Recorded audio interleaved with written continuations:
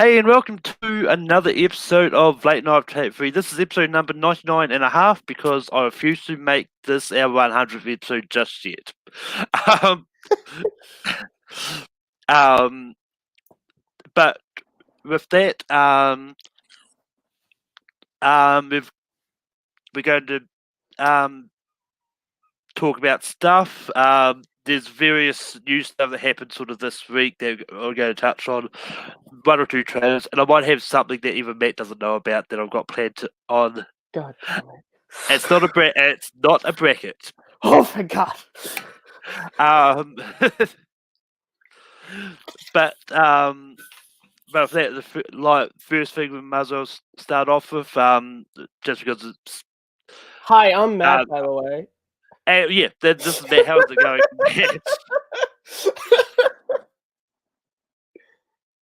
What? Hi, I'm Matt. My name is Jeff. Boots, Dora, Swiper.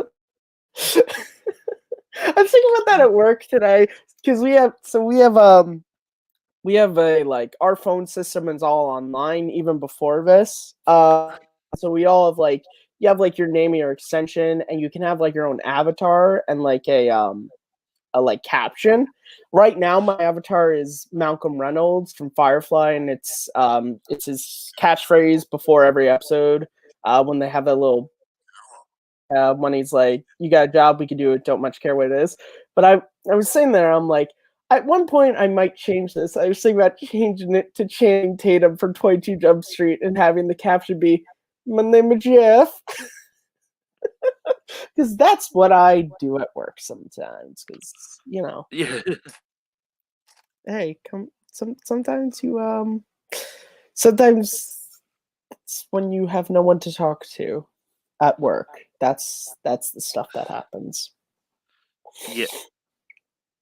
But anyway, I'm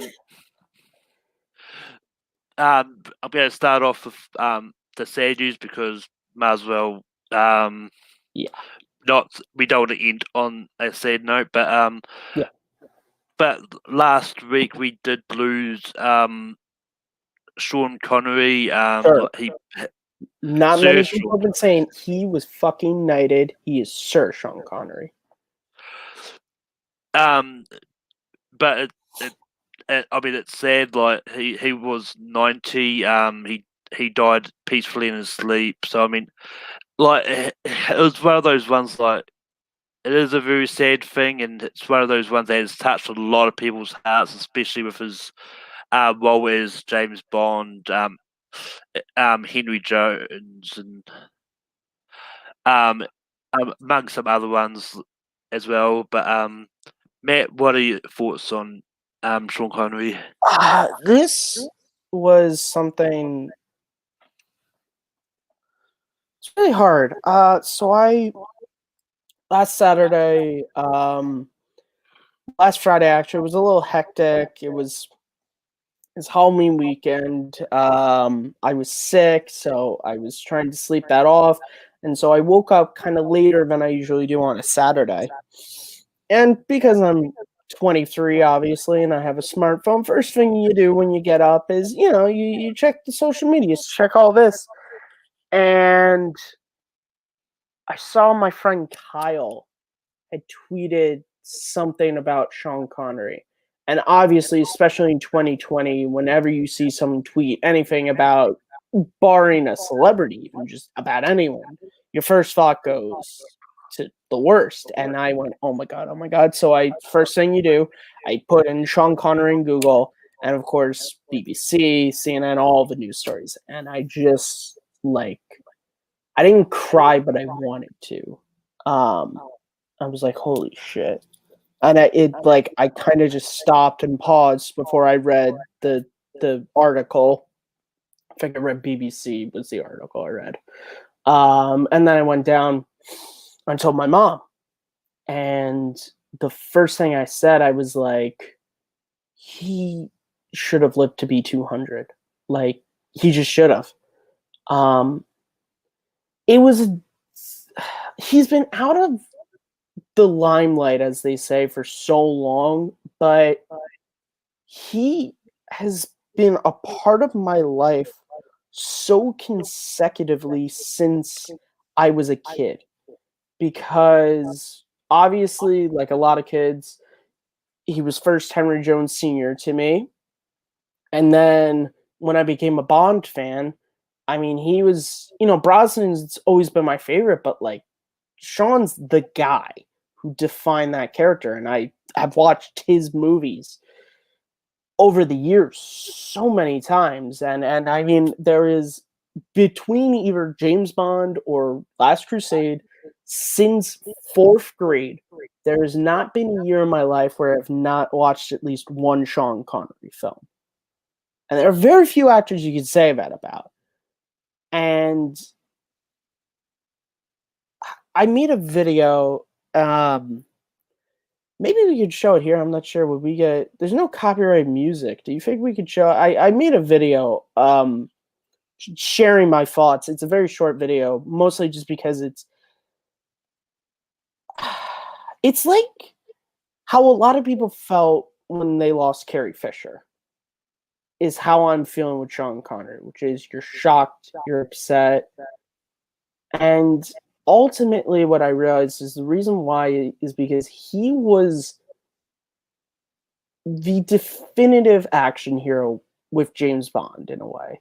And there's that thing of masculinity and strength and coolness that when he has passed on, it's like, eventually the number's up for all of us.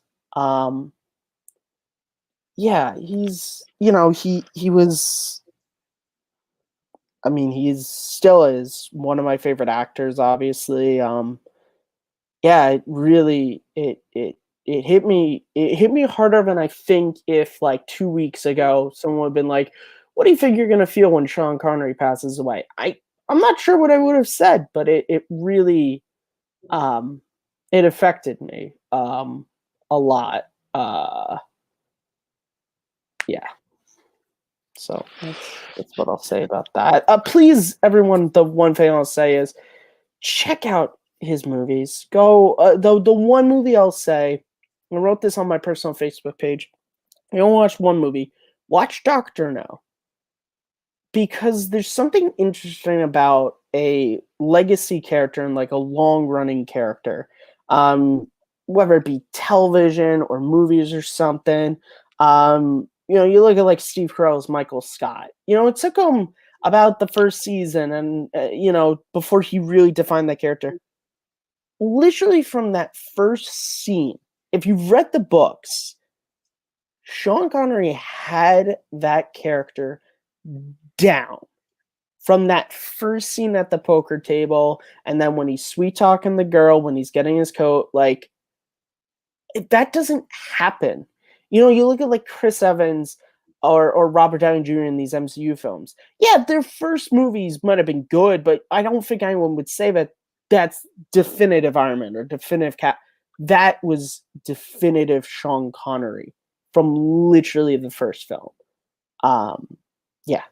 So I'm sorry, Malcolm, to have taken that over. No, it's all good. But it's one of those ones like for me, like I wasn't as connected to Sean, as Sean like as other people were. Like I've seen like Last Crusade and a couple of his Bonds at least once, but it's like he's not someone of it. What I mean, I've seen him in things before, but it's just one of those ones like whenever any big name dies, it always hits me regardless of how well I know their movies and stuff, and it's just one of those ones because as I found out recently, like a lot of people have been pointing to going, oh yeah, his last movie was League of Extraordinary Gentlemen.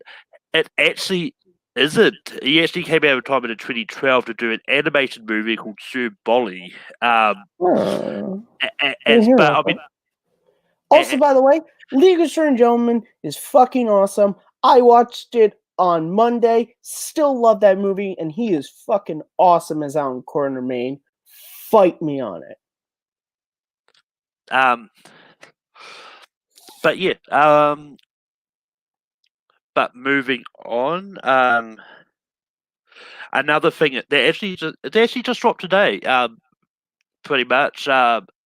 It was announced that Johnny Depp is going to be stepping down from playing Grindelwald in the Fantastic Beasts 3. What it said in the article was that Warner Brothers asked him to step down and he agreed to do so.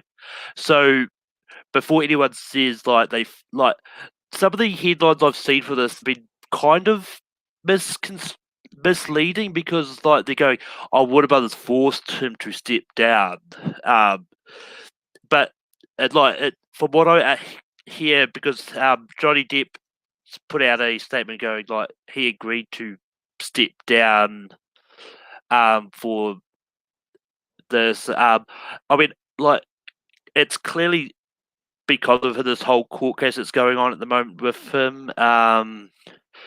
But I don't really have much thoughts about this. Who I think whoever they get to replace him as Grindelwald in Fantastic Beasts 3, I think will be a good fit. And they'll come up with something to say this. But because of this, Fantastic Beasts 3 is being pushed to 2022. Oh. But I mean, it is. That's gonna ruin my 2021. God damn it! Hey, you'll have all the movies that you were supposed to get this year. So How's that going to be? How's it going to be ruined? It's like he was never even there. But yeah, I mean, it's sad that this had to do this. It is going to be interesting to see if Warner Brothers does something similar with Amber, because apparently this whole court case is going to affect both of them. But if not, it's going to look really bad for Warner Bros. Because it looks like they've just literally taken a side in this. Matt, do you have any thoughts on this? So I legitimately haven't looked into this court case at all. The few things I know is this is something marital and there is abuse, both physical and verbal. From what I know, both sides. Again, I haven't looked into it. I didn't catch John Campio's show today. He obviously covered it.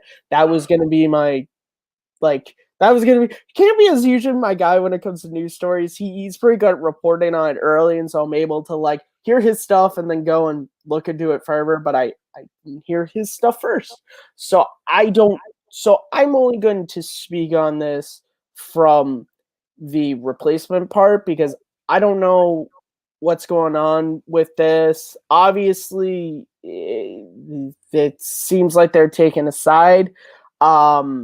That can be bad. I don't know if this case is done or not yet, because if it's not done and more evidence comes to light on the other side, I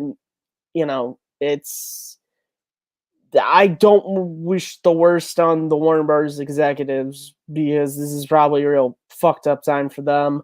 As far as the recasting goes, first thing, nothing new for this franchise to recast a major character. Obviously, famously, Dumbledore, Richard Harris passed away before they could do a majority of the series. Bring in Michael Gambon. Everyone was, yeah, sure, you have some fucking fights about who was the better Dumbledore, but there was no oh, he took an elixir and now he looks a little bit younger, inspired. No one fucking said anything. Matrix, another Warner Brothers production. The Oracle. I speak English. The Oracle passed away in between Revolution. No, it's Reloaded. Reloaded's the second one. Reloaded and Revolutions. That one, explained in universe in a real fucky kind of Matrix way that she did something and so her program changed a little. I seems pointless to me, but you know what? In that film, a lot of shit seems pointless. Yeah, Neo gets blinded just so he can still see shit in fire vision. What the fuck were you thinking, Wachowskis? Regardless, it's nothing new in this shit. Recast him with another actor. Do the same fucking weird shit with his hair and makeup, and yeah, are there gonna be people like, that's not the same actor? Sure. Well, you know what the fuck the thing is? It. I bet you half of the movie going audience won't even know the fucking difference. And even if they do, who gives a fuck? People are saying Colin Farrell. No. Because if Colin Farrell's coming back to the series, he's coming back as the character that Grindelwald was pretending to be in the first one, because that was my favorite character until that movie ended, and then I remember he turned Grindelwald and went, fuck, he was a cool character. Why'd you have to go and do that? So I'm hoping this is like a Mad Eye Moody situation to where that character is still out there somewhere. So don't recast him with that. And guys, look, this is Harry Potter. This is all fucking British actors. There's a bevy of fucking British actors who have not been in Harry Potter who could do this. Like they got like, Jesus, just pick your. Don't find who. Pick a random British actor out of a hat. Odds are they could probably play the role pretty well. So yeah, I think they'll be fine. I mean, look, yeah, that's all I have to say about that. But yeah, no, it's like my last thing on this, like him, like Johnny Depp agreeing to step aside is really a big thing for him, because I mean, for anyone to step aside, it's taken a lot. But I think he realized that, like, if he'd stayed involved, he was going to have to go leave away to. They'll have to work the filming around his court cases. It shows a lot of maturity to Yeah. realize that, like, if you stick around, it's gonna fuck with the movie, and to just walk away. Because look, Johnny Depp is someone who I think he's gonna do fine financially, not being a part of the series. But there are actors, I can't think of a thing off the top of my head, who probably would put up a little bit more of a fight. So I mean, hey, good on him, I guess. Again, I don't know the circumstances Yeah. revolving this case. So yeah, well, no, it's one of those ones. From what I understand, this court case was going to be long running. Because I think it's a lot of he said, she said. Exactly, and it's one of those ones. I think Amber Heard is going to want to keep it going as long as possible. Like, but like I said, I think it's going to be fine. But he still has the greatest cameo in 21 Jump Street. Take it back, sister's way. Tough titties. I fucked her too. But it's one of those ones, like on the recasting thing. Like, I think it was explained that Colin Farrell's character is dead. Fuck! But bring him back! It's fucking magic! You can bring him the fuck back! I mean, it's one of those ones, like, they may find a way to bring him back, like, if they do flashbacks and stuff. Anyway, like, how old would you consider Johnny Depp to be? He's 57. Okay, so 50. Just I'm doing this for something. But one of these suggestions I've seen for recasting is going to be intriguing, because actually, I'll look this up. Look at that! Look at all the 50-year-old British actors there are who could fucking do it. And that's like it's one of those ones. Dude, Johnny oh my god, he hasn't been in Harry Potter. I'm just saying, Magneto is a fucking Harry Potter villain. I'd watch the shit out of that. I mean, That would actually be I would watch interesting. the shit out of Ian McKellen as Grindelwald. I think he was tapped to be Dumbledore when Harris passed away, but I think he decided not to because he didn't He want had to step just into gone which. fucking Gandalf. It would have been weird. That would have been Well, weird. well, I mean, it's one of those ones like if you, but yeah. Anyway, No, I'm serious. That'd be good. Warner Brothers, we did your job for you. well, I mean, it's one of those ones like it also doesn't have to be someone at that age. Like they could age them up if they need to. Because Age him up, age him down. It's once again magic.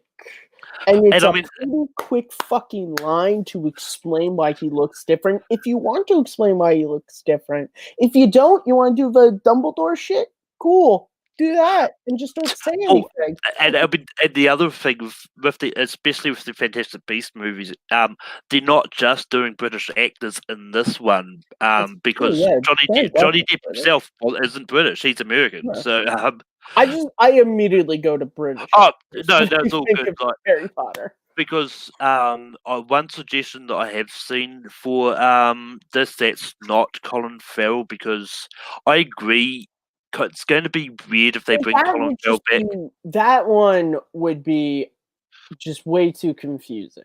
And I Well, love Colin Farrell, but no.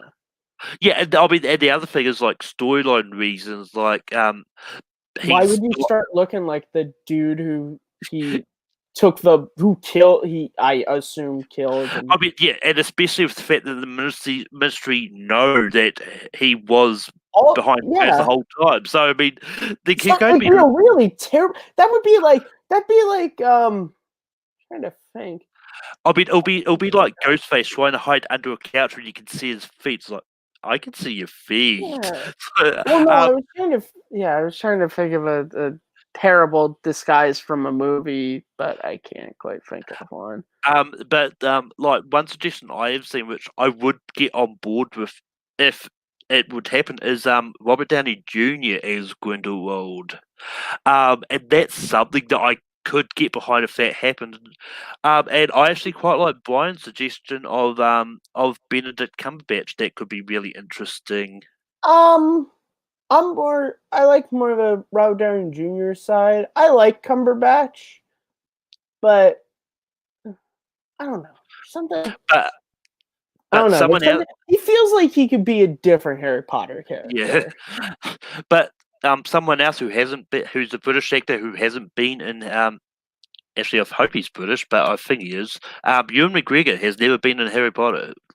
He's Scottish, which is part of the United Kingdom, part of Britain, Yes, as James McAvoy will let you know. But I mean, that would take me out because the whole time I'd be like, "Get your fucking lights in! Say hello there, Grindelwald! Say the line!" and but that does bring us to a really great segue. Dear God, Oh, fuck are you dropped. doing to me? Oh, you're talking about the trailer. I thought you were talking about the secret shit that you're keeping from me that you're doing. Maybe that as well. But anyway, Oh my God. I'm fucking scared, guys. I'm scared for my life. Blair Witch but any, Project. I don't know what's happening. Oh God.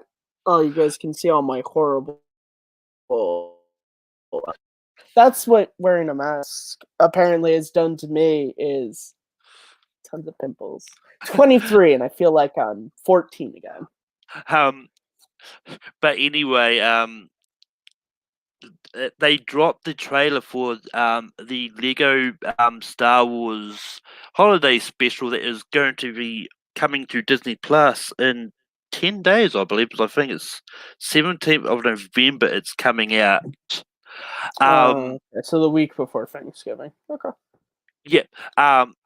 But this is something that we've talked about before. We've seen sort of photos of it in the past, like, but we saw the trailer which shows the tone in which they're going for, the entertaining stuff that is going to be attached with this. And if you've ever played the Lego Star Wars games, you know that there's so much stuff they can do with comedy, which is so can go so crazy.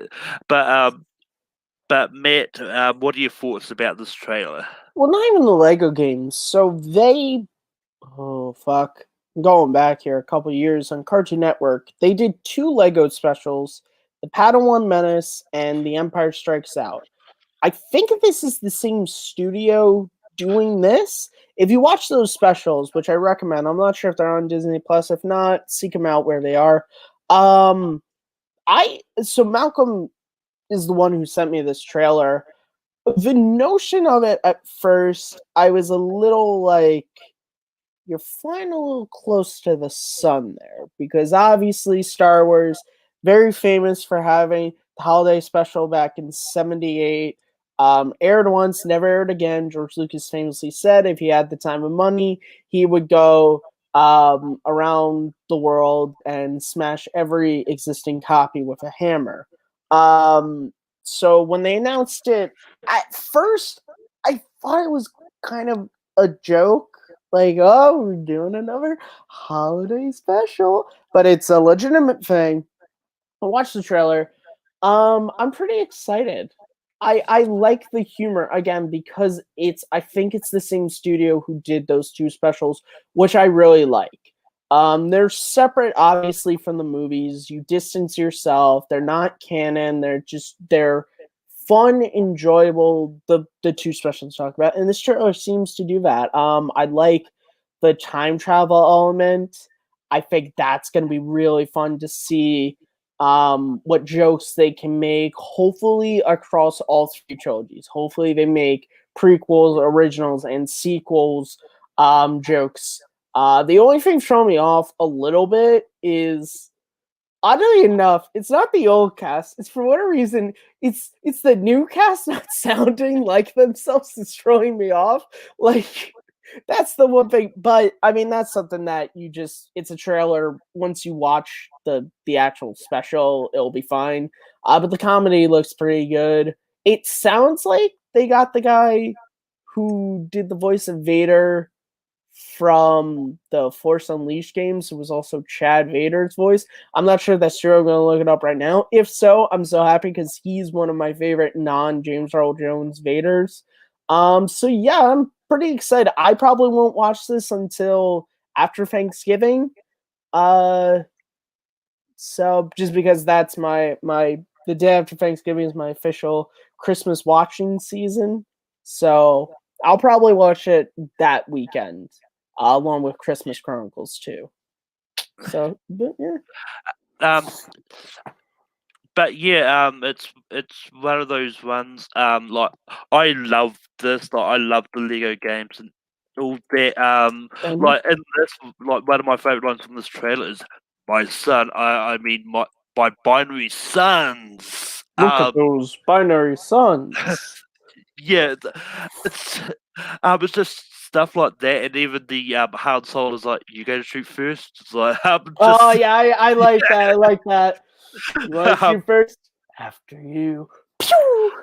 um, but yeah, it's I'm just trying to find because I know there was some people coming back I to actually voice. have the IMDb list. So for returning cast members, we have Kellamere Chan is voicing Rose Tico. Matt Lantern is doing Anakin Skywalker. Billy D. Williams is doing Lando Calrissian.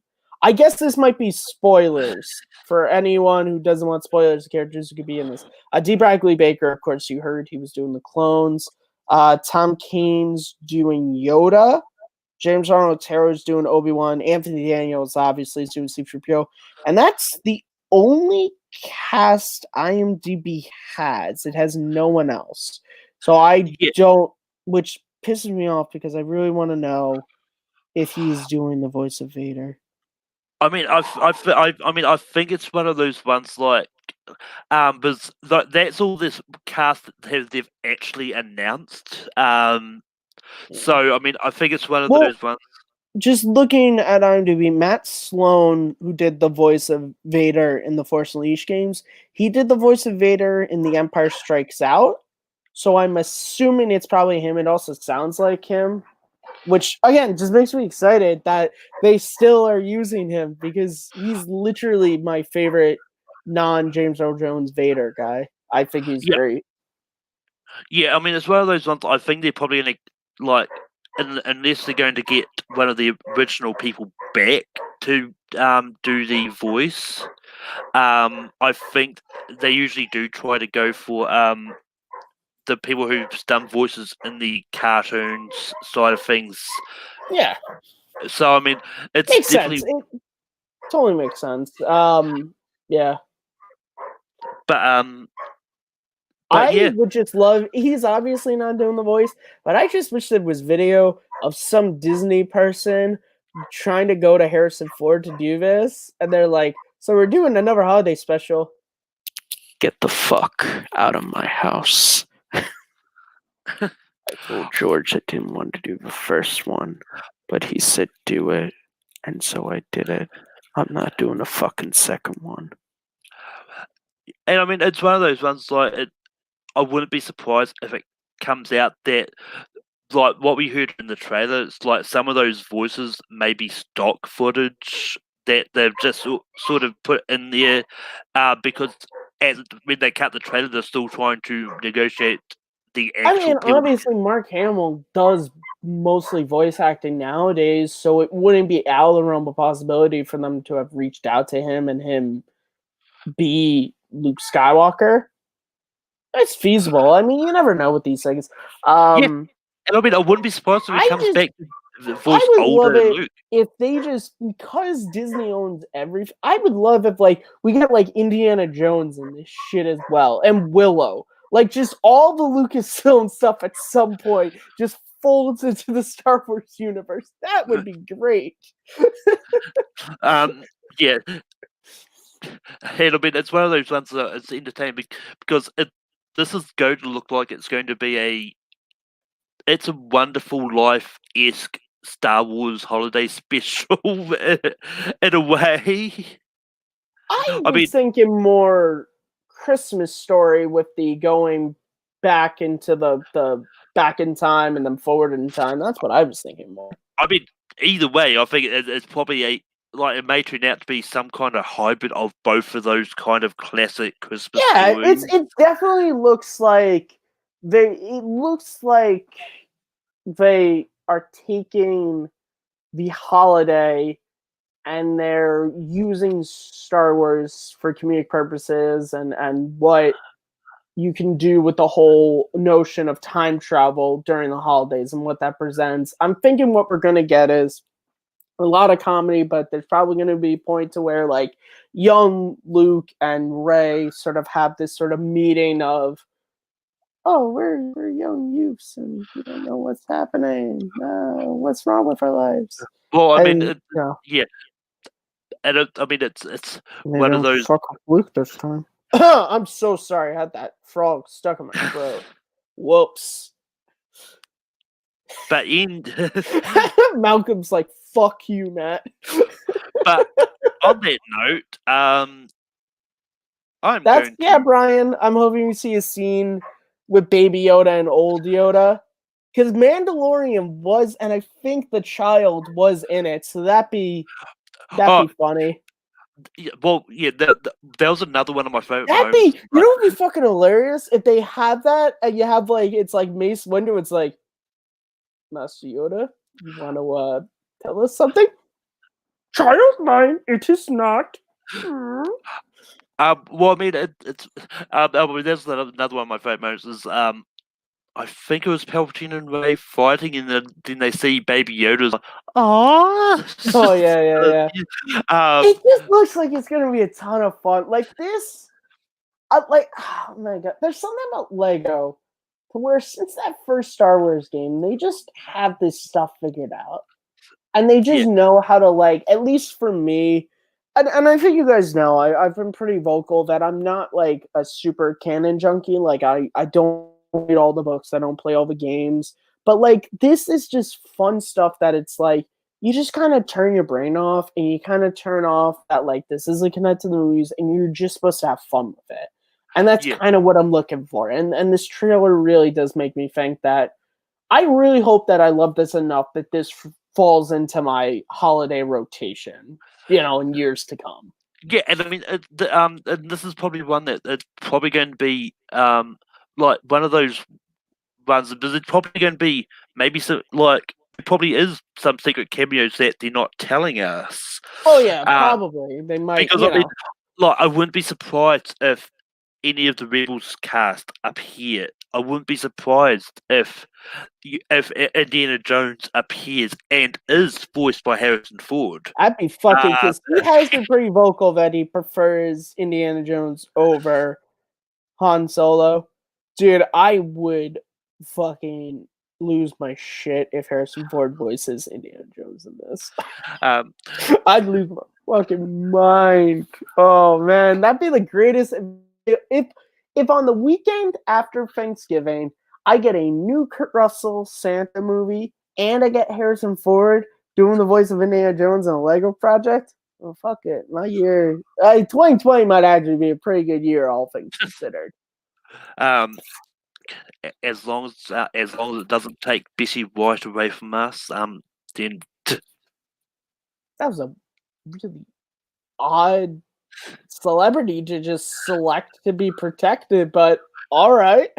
I mean, no, it's one of those ones like you said with Sean Connery. Betty White is one of those ones like to me that I'm Betty White is pretty sure is going to live forever. Oh, okay. All right. Yeah, of course I follow him on Twitter. He's the only kid that's not talking about Betty White. Everywhere you go, it's Betty White this, Betty White that. Finally, one kid who's not talking about Betty White. But anyway, on that note, I'm going to. I think it's time to start the mystery thing that I decided just because to try and drag this out a little bit longer. We're going to read a book one word at a time, going back and forth. No, it's one of those ones like I may have. What if I do an unboxing, Malcolm? Let's do that live on air.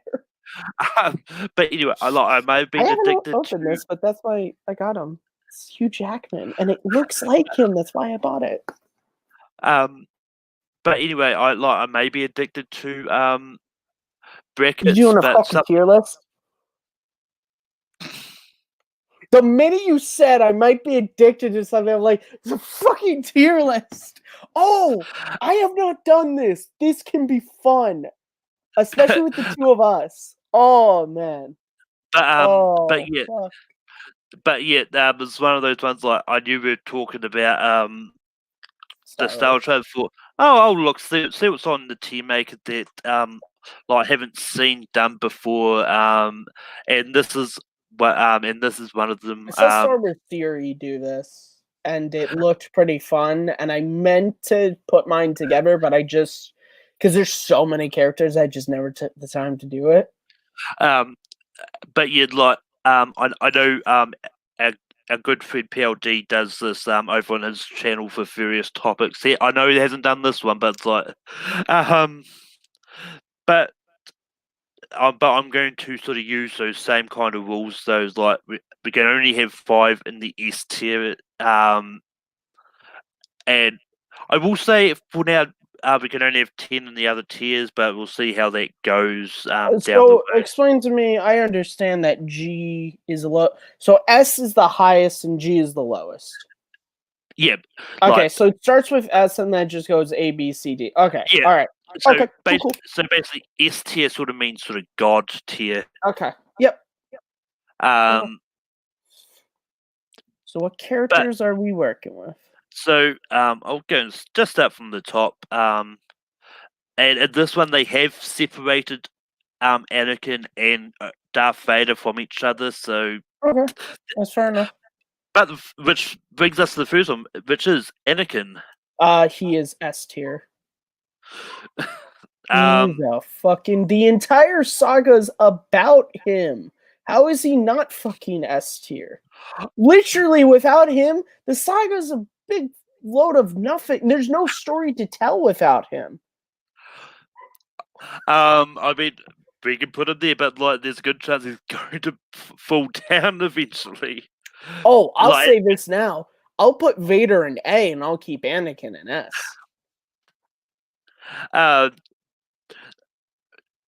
But yeah, like I was tossing up. I mean, I actually was tossing up between A as well. Because his name is Anakin. No, that's clever. Well, but anyway, next up we've got Obi-Wan. Now, question: do they separate Alec Guinness and Ewan McGregor, or It doesn't look like it. oh my god, there are so many fucking characters. This is gonna be something. Okay, so I mean, he's definitely. I would say he's in my top 5. So, but we're only allowed 5 in the S tier. You said. Yeah. So I put him in A. I put him in A. Personally, if you want him in S, that you can put him in S. I won't fight you on it. Yeah, I mean, he's another one. I'll definitely put in S, and I definitely would put him in front of. Well, because Anakin. there's okay. So besides Anakin, there are 3 more that I would put in S tier. There are 3 more that I would put in S. Yeah. So That's right. Keep talking for a minute there. yeah, sure. I don't Next up, know. we've got Fly casual. Qui-Gon. He would be in my S tier, but in this he's A tier. Yeah, like Qui-Gon, I'd put him in A. I mean, I mean, he's one of those ones. Like, I'm pretty sure probably end up falling down lower. Just partly because we didn't really get to know him as much. Maybe in your this list will movie. fall down. He's in my top 5 characters. Next up, we've got Padme. I would put her in A actually, personally, but Yeah, I mean, it's one of those ones like I would. I mean, she's a very important character to the saga overall. You know, I mean, she gives birth to Luke and Leia. She's Anakin's wife. She's, I mean, she's a huge part of the Clone Wars, as well as, Battle of Naboo, all that stuff. She's a vitally important character in Star Wars. I mean, this is all just opinion, obviously, but oh, Brian, don't you do that. C tier for Qui-Gon. Go watch Phantom Menace again. And actually, that's what I might do. Like from the next one is if we end up in a tie break, I will probably go to the chat, so it happens, and find a way to make a common ground sort of thing. But I feel like we're doing that pretty well right now. But next up, we've got R2-D2. A tier. I think he's a solid A tier contender. Yeah, I mean, he's definitely one of those ones. Once again, like Padman, just very vital to the saga, but he's not S tier. Like, he's vital, but he's not like vital. Yeah. Yeah. But next up is C-3PO. I think C-3PO is solid C tier. Important, but God, if he doesn't get grading sometimes. Unless you want to put him somewhere else, I'll defer to you. Yeah, I mean, I don't have a problem with 3PO being in C tier. 3PO. I like 3PO, but like when you ultimately got down to it, excuse me, a lot of times he's just the translator for R2. It's R2 who does everything. You know? Yeah.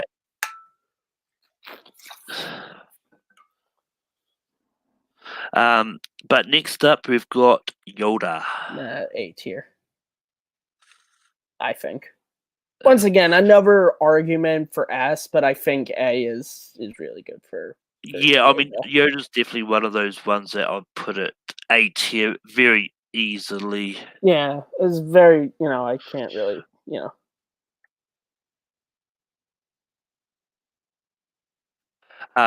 Yeah, Brian, but see, this is the problem when I really think about the sequel trilogy. But Oh, S tier. S tier fucking easily. Is there a tier above S? yeah, What's the no. lowest? He's a D. You know what? Can we be nice to Jar Jar? I think he's a D. He's important to the prequels. I will put him in F. Okay. F. We'll put him in F. I could not in good conscience put him into D. Malcolm's like, we know you love Phantom Menace, Matt, but there is a quality of this show we need to maintain. A tier. I mean, he's Palpatine. But He's but the yeah, puppet master. yeah, I mean, Palpatine is one of those ones that that I would lean towards A as well. And I'd probably put him just under Yoda like that. Yeah, no, that's sure. I mean, he's the puppet master. He's the one who pulls the strings and really gets things going. But next up, we've got Mace Windu. This motherfucker. So, pre-Clone Wars Season 7, he's probably B tier for me. But after seeing that his little jackass dissing of Ahsoka got all the Jedi killed, he's C tier. But if you want to fight me on that, you could go right ahead because I love him in the movies. But with that thing from Season 7, I'm like, fuck you, Mace. Yeah, like Mace, I'd say C as well. Once again, because of Clone Wars. If that shit, if he was not a dick in Clone Wars, he'd be B tier for me. But I may have recruited some help, which is why I may have reached out to a couple of people I know are Star Wars fans to help out with this. Oh, I'm not enough for you? Hey, I mean, it's one of those ones like sometimes more people can make not fucking enough for you. No, that's what it is, Malcolm. That's what it is. I'm not enough for you. Anyway, next up we've got Grievous.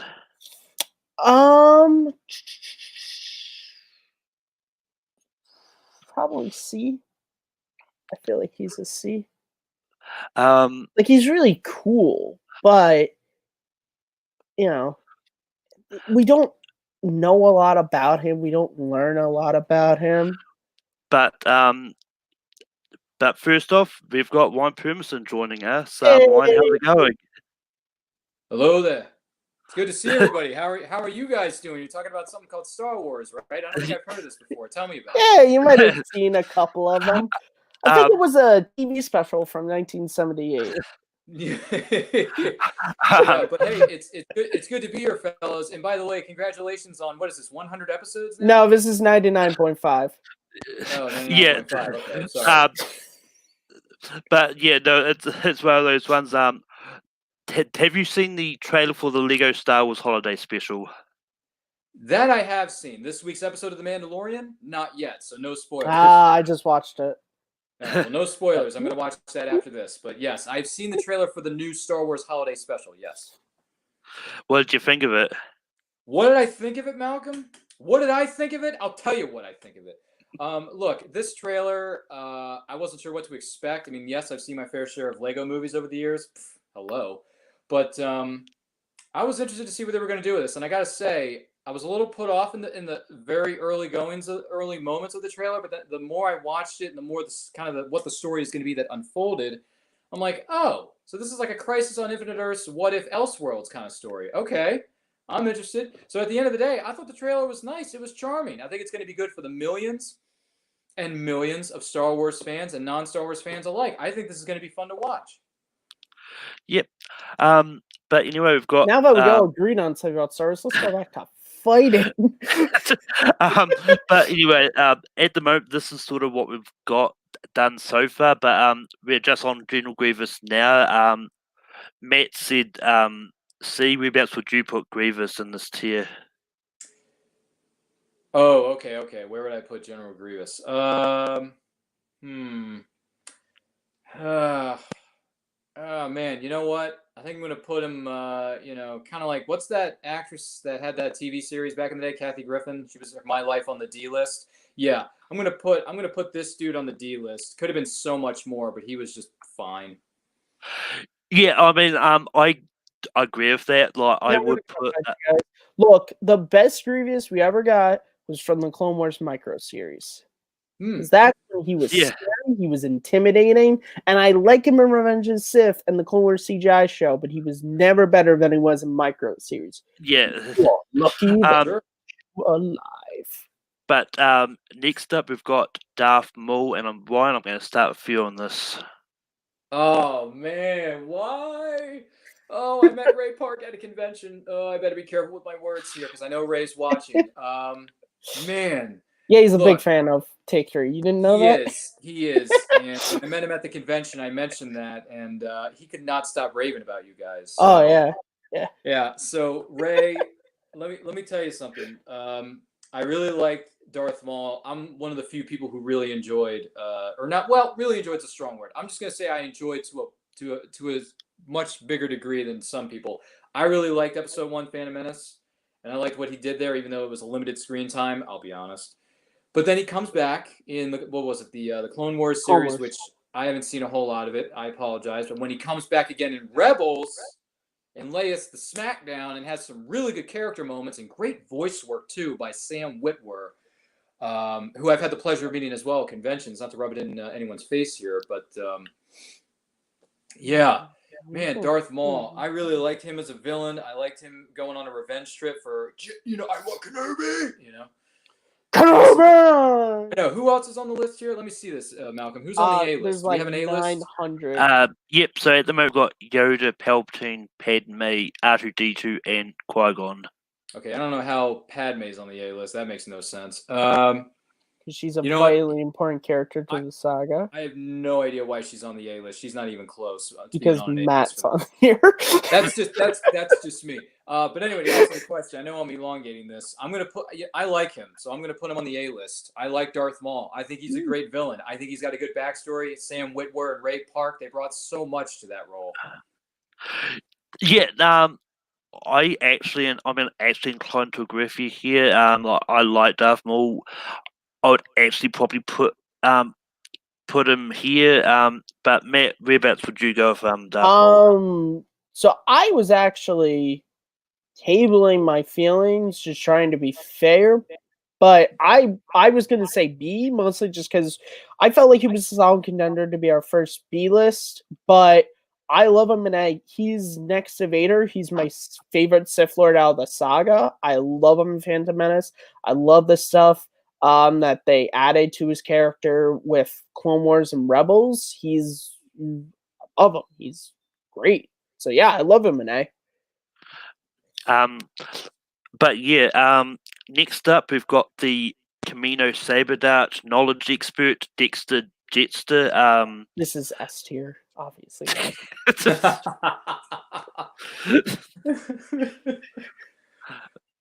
Oh god. He's G. He's G. He's important to that one scene, but he does nothing else. Look, Malcolm, I don't know if this is humanly possible. If there's like a Y or a Z list, like guys like Jar Jar and Dexter, they're on the Z list for me, man. Fair enough. Like they don't matter at all. They don't. Yeah. Come on. That's important to Phantom Menace. Technically, but I didn't mind Jar Jar in Phantom Menace, but like as a character, he doesn't do anything to the story. He doesn't add anything. I'm gonna disagree with you there. Because sure, he he was may have played helped by get the Gungan Palpatine, army he together, gives but, like, Palpatine the emergency power, which Palpatine uses to create the clone army, which creates the Clone War, which allows him to become Emperor of the Universe. So Jar Jar is very important. Not in positive ways, but... There you go. That's Star Wars logic for you. Yeah. But next up, we've got Count Dooku. And I'm going to start off here. I mean, I like him enough. But I'll probably put him on C just there. But Matt, whereabouts would you put Dooku? I was going to say B. Because I like him as a villain. I think his connections to the characters, being Qui-Gon's master, I think he's a really interesting character. Of course, in Clone Wars, I like that we get to see a lot more sides of him. There's the episode where we spend some time in Separatist territory and we see how he acts with the Separatists. So I think he's a solid first for our B, but I would not be opposed to keeping him in C, depending on what Ryan says. I think BC is where he belongs. Yeah, but Ryan, whereabouts would you put Dooku? Here's the thing. This isn't necessarily a secret. I think Attack of the Clones is one of the biggest pieces of garbage cinema's ever put out. But Christopher Lee wasn't the issue. Christopher Lee was, and by the way, Christopher, I know you're watching from above. I saw you in City of the Dead during the Halloween season. Good stuff, my man. Good stuff. I thought you were going to say you saw him at a convention. No. I did not have a chance to meet the late Christopher Lee. I apologize. But Christopher Lee as Count Dooku, on the other hand, I liked him as a villain in the Clones, and then he shows up for 2 minutes in Revenge of the Sith, and then he gets defeated easily by Anakin. I mean, come on, man. Dooku would have ate that kid for breakfast, okay?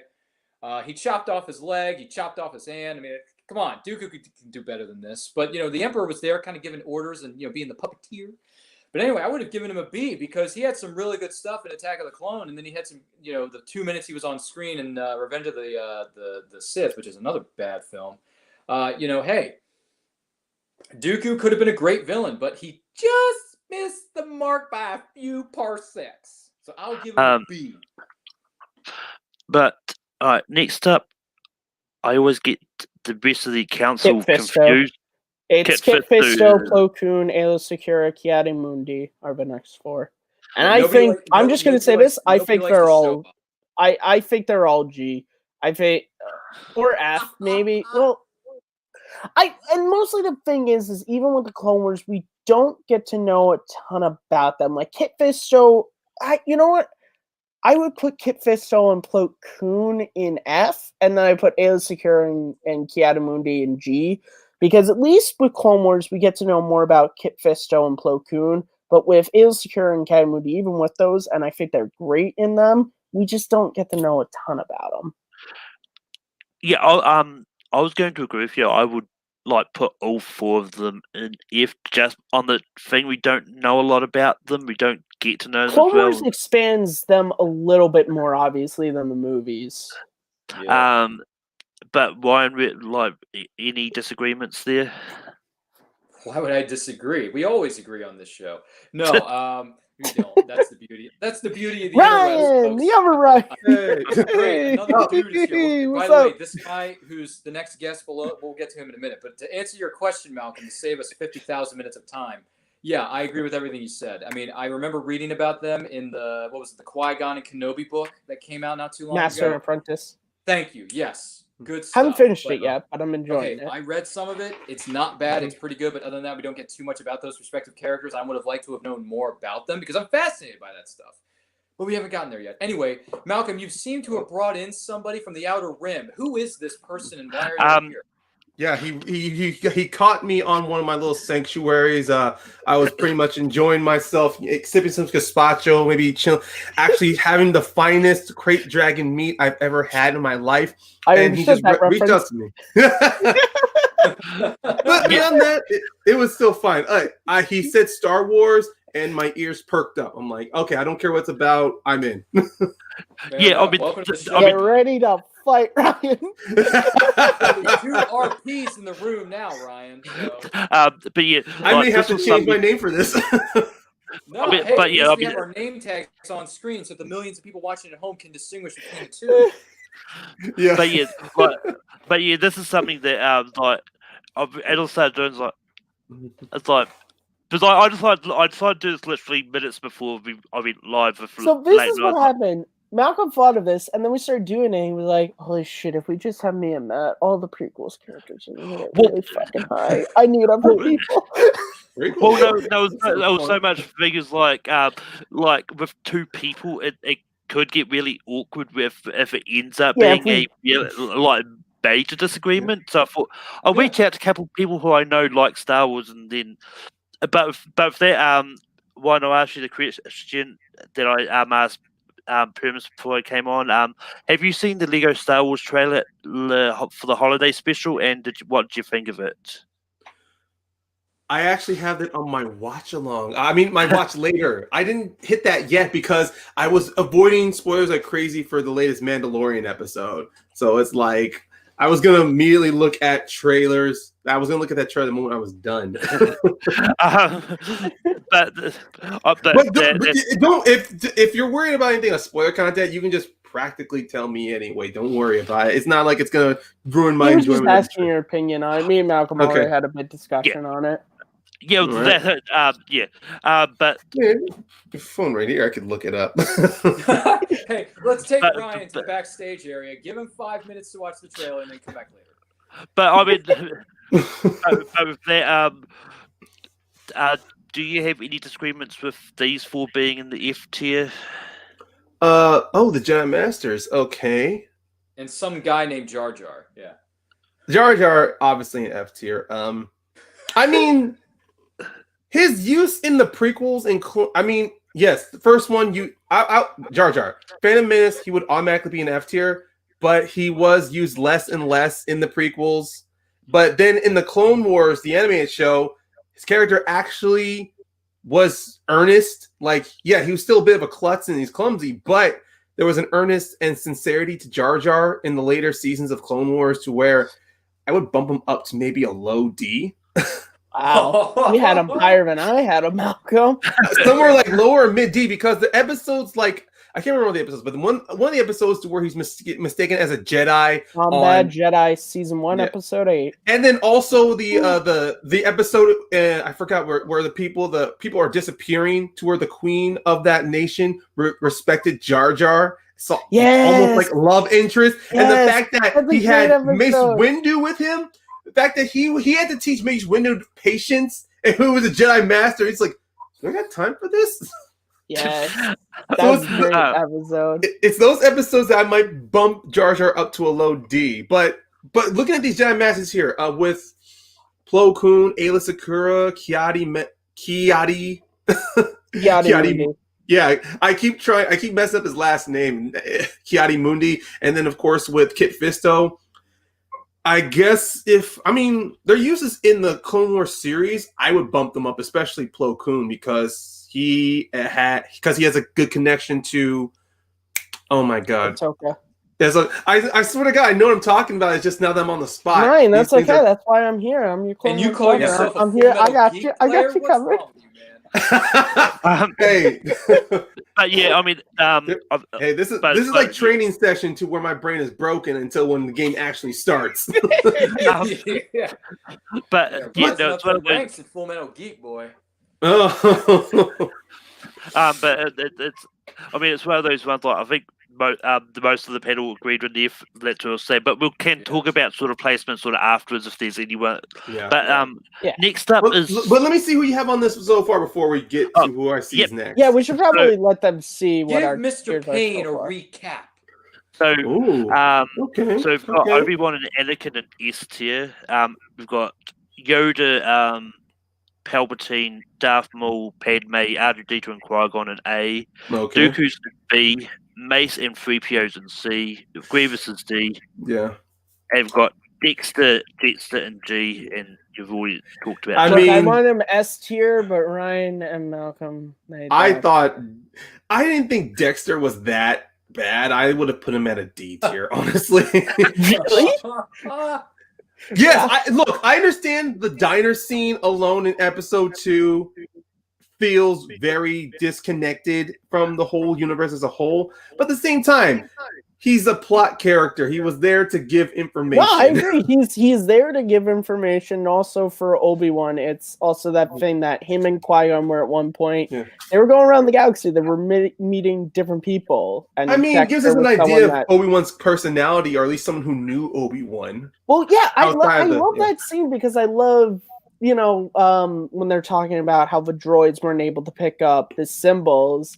And he's like, it's so funny little symbols that droids miss. And Obi-Wan's like, well, droids could think that none of us would be here, Dex. But anyway, next up we've got Newt Gunray. Newt. Yeah. Oh, man. And Well, I'm gonna gonna finish put off. you one. I'm gonna finish I'll- off this Great Dragon meat, so you guys can keep talking. For Don't me, eat the crystal. I would put. The gristle's a juicy part. I would actually put Newt right here. I'm with you. He's G tier. Fine. He's G tier. Even though he is important, he's just not an interesting character. Permis, where would you put Newt? Yeah, I don't care if he's on the F, the G, the Z's, the Y's, the W's. It doesn't matter. The guy, who cares? Just out of curiosity, Malcolm, since Ryan and I were a little bit late to this partay, how many more characters do we have to go, and how much longer do I have to punch in for the show? I'm just curious. Just Oh about my every God. other character so that it's not ever just had the a prequel. second of screen It's not time. just the prequel. Got you. Yeah. Dude, we're gonna go over every single one of these. Some of these Yeah. might be quick, honestly. Some of these might go quickly. Yeah. Oh So my some of these God. might, some of the yes, like I mean, I I'm was gonna honestly, say- I was love gonna talking say, about Malcolm, Star I Wars, do so have a I'm show I totally gotta do into tomorrow, this. and I would prefer to Yeah. watch the Mandalorian episode tonight rather than early the next morning. You know what? I just watched The Mandalorian. I got nothing else later on. I may have to break every now and then just to grab a bottle of water, but I can do this. God. yeah. I mean, can- yeah. Ryan, if you need to head out at any point, we're not. Okay, all right. We I'll are tell you not what, your Malcolm, Job of the just to Hut. get- We ain't capturing you and forcing you to stay forever. No, I got you. I was just curious. No, hey, I was just curious for my programming notes. But Malcolm, just to give you a heads up, I am going to jet out of here in the next 20-25 minutes because I do want to watch Mandalorian before I hit Yeah. the sack tonight. Yeah. Just saying. But anyway, what was the next question? New Gunray. what- Yeah, Gunray is dead as a doornail. He's in the G list. Okay, moving on. But Yeah. Lord Vader promised us peace. Ah! But Yeah, next- pretty much. It ain't That- gonna yeah. happen, Kearns. But next up we've got Django G. Fett. Ooh. Uh, Django. I'm sorry. I have to say Django would be in the D tier for me. Hmm. For me, I'm actually inclined to agree. I'll put Django in D tier too. I mean, the movie that gives him a lot of positive light on him. They make him a worthy adversary for Obi-Wan, having him to combat. On Kamino when they fight, you see Django using the whole terrain as an advantage to get over Obi-Wan, and now in space outside of Geonosia, he has the upper advantage. And also, I mean, Tamora Morrison, he was so It's done a underutilized. week in one shot. Yeah. But Matt, whereabouts would you put Django? So this is where, because this is all just personal bias. I put him. He's one of my favorite Star Wars villains. I would have put him in B, but if you guys want to put him down low, I know I have a love. He's my personal favorite Mandalorian character. C-3PO is somewhere in the C tier, then maybe we can bump Django up. Well, I was thinking personally, I'd put him in B, but you guys want to keep him C or D. I'm not going to fight you on that because it's really just a personal love of Okay. Django for me. I think Tamara Morrison. I love the scene when when Obi-Wan meets him. He's like, "Ever been made your way as far as Coruscant?" Once or twice. Recently, possibly. But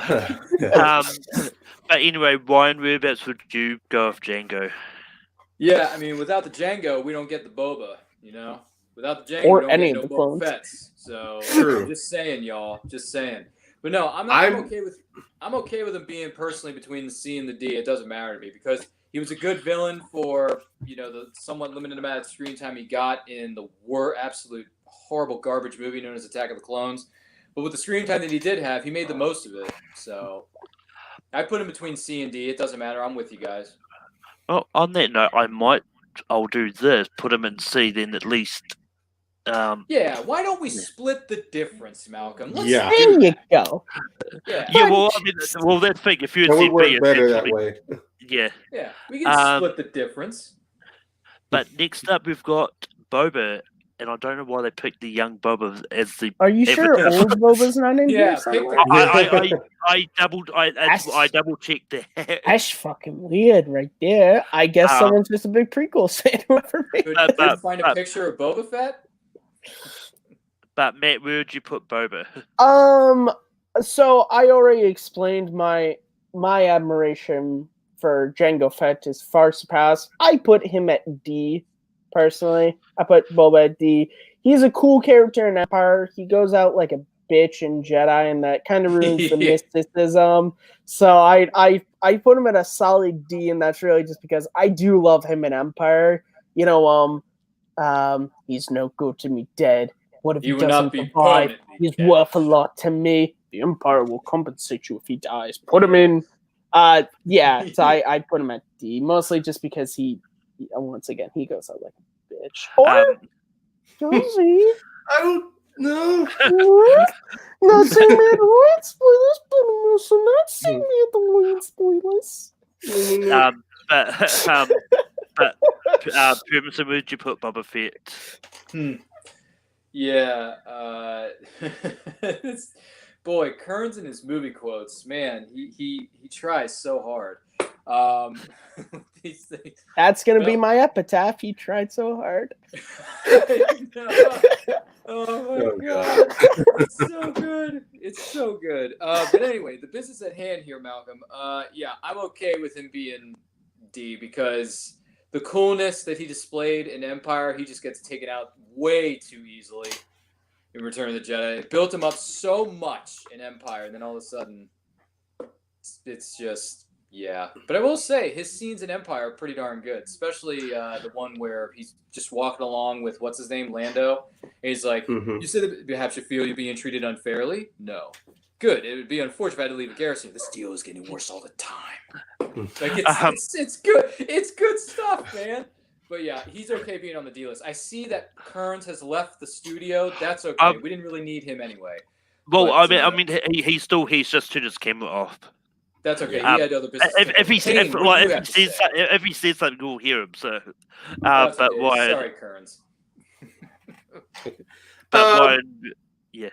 No, okay. I think Boba Fett's good where he is at.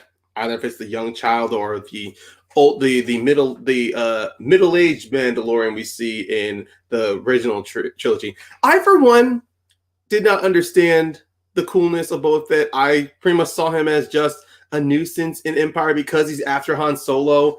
Then you see him brought back, and then the way he's taken out. He's really not utilized that much because there was no importance on him. So when people were going off crazy saying that Boba Fett was treated badly or George Lucas didn't use him right, I'm like, watch the trilogy. Most of the characters you see on screen are either killed off within the movie itself, or they're just name dropped and gone. As far as I'm concerned, Boba Fett was used much better compared to Dak or Zev Sineska or heck, Jack Porkins. Heck. Wow. But still, I mean, Boba Fett's coolness alone, and the mystery behind him is great. I even like in the Clone Wars series, we get back to the younger Boba Fett and how he wants vengeance. And then you realize he comes to realize that his vengeance is not good, even though it's not heavily resolved. It's just he realizes that if he wants to be a bounty hunter or whoever he's going to be, he can't live his life on hate. So I like that cap into Boba Fett's character. But yeah, and I'm happy with him being behind Grievous as well. Like, I'm also one of those ones, like, I think Boba's fine. I mean, like, it's one of those ones, like, when everyone complained about them redubbing his lines with Tamara Morrison. Yeah. I was actually fine with that because, like, it's one of those ones that, it's like, It makes sense. It makes more. I mean, Yeah. I grew up with and- the special edition of Empire, so I liked his original voice, but it made sense. Well, I had my grandparents used to have the original series on tape, no special edition, like original footage. So I had the luxury of knowing both voices. And to be honest, Tamora Morrison being dubbed over gives the character a little more personality instead of a robotic voice. So he's not worth good anything to be dead. But next up, I want to say it's Captain Rex. Commander Cody. That's Cody. This is Yeah, why the Kearns is 50-50 here, shot because he there. knows the stuff that we can't figure out. Rex has blonde hair to separate himself from all Also, that. he wears blue. Rex wears blue because he's a member of the 501st. See, Matt, Legion. even I knew that. But Rebels. but the anyway, blonde hair. where'd you put Commander Cody?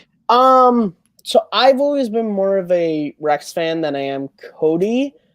I think Cody is solid D material. We obviously don't get a ton of him in Revenge of the Sith.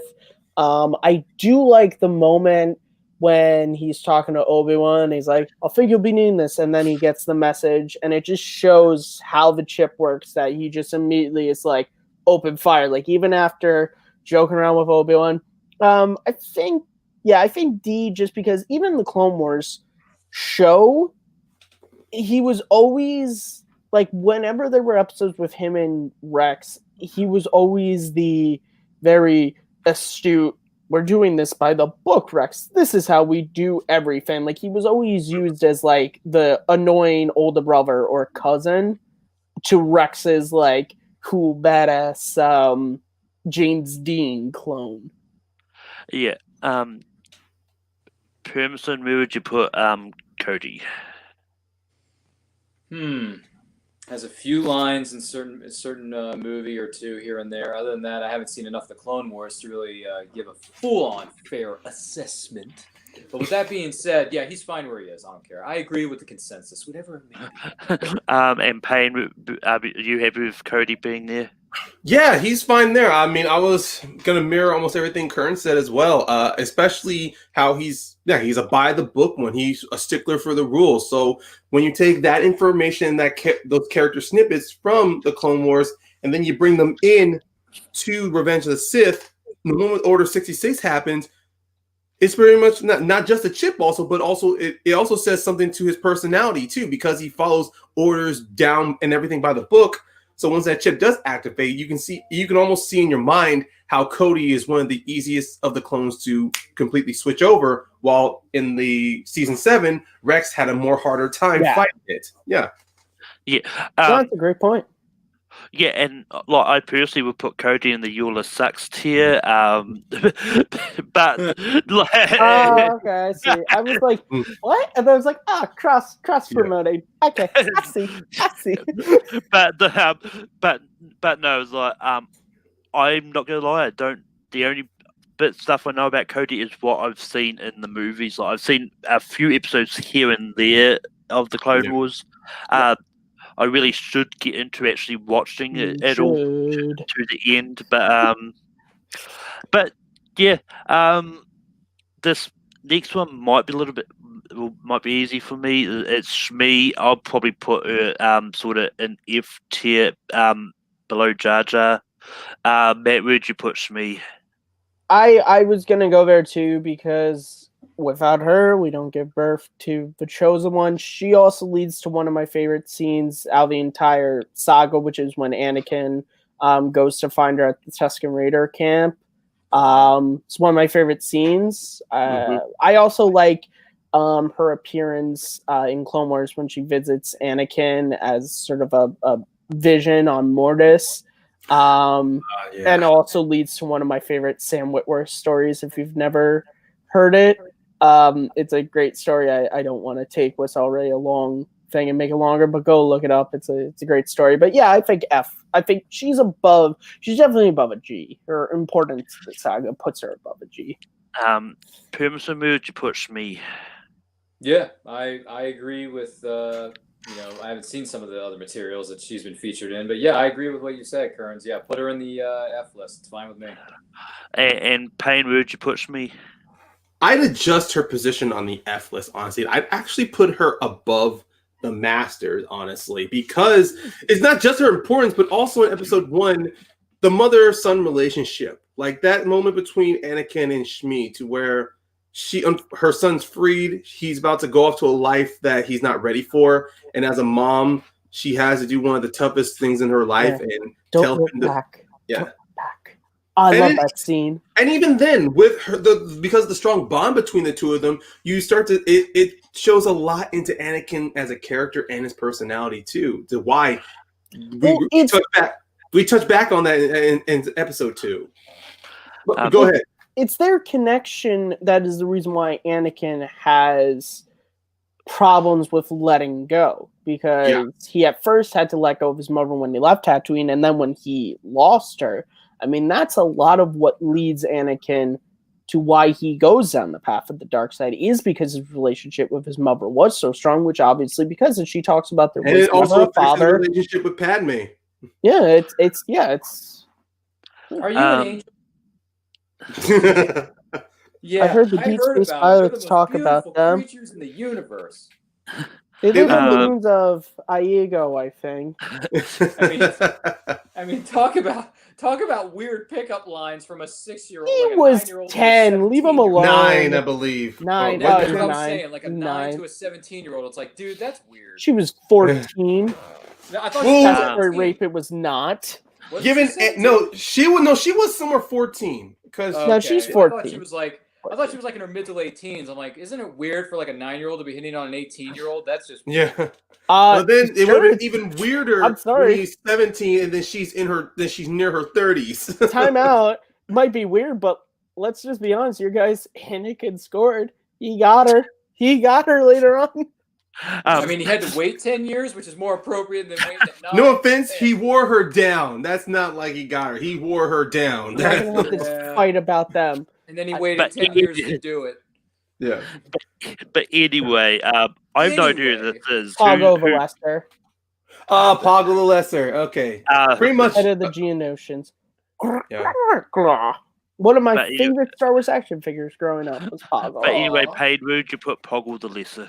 Well, if we're going off of episode 2, the fact that the Geonosians create the blueprints of the Death Star, but then of course but then of course thanks to Rogue One, it's kind of changed. So I guess he would be somewhere, unfortunately, in the G tier, because even the canon itself, because even Star Wars itself didn't care about him.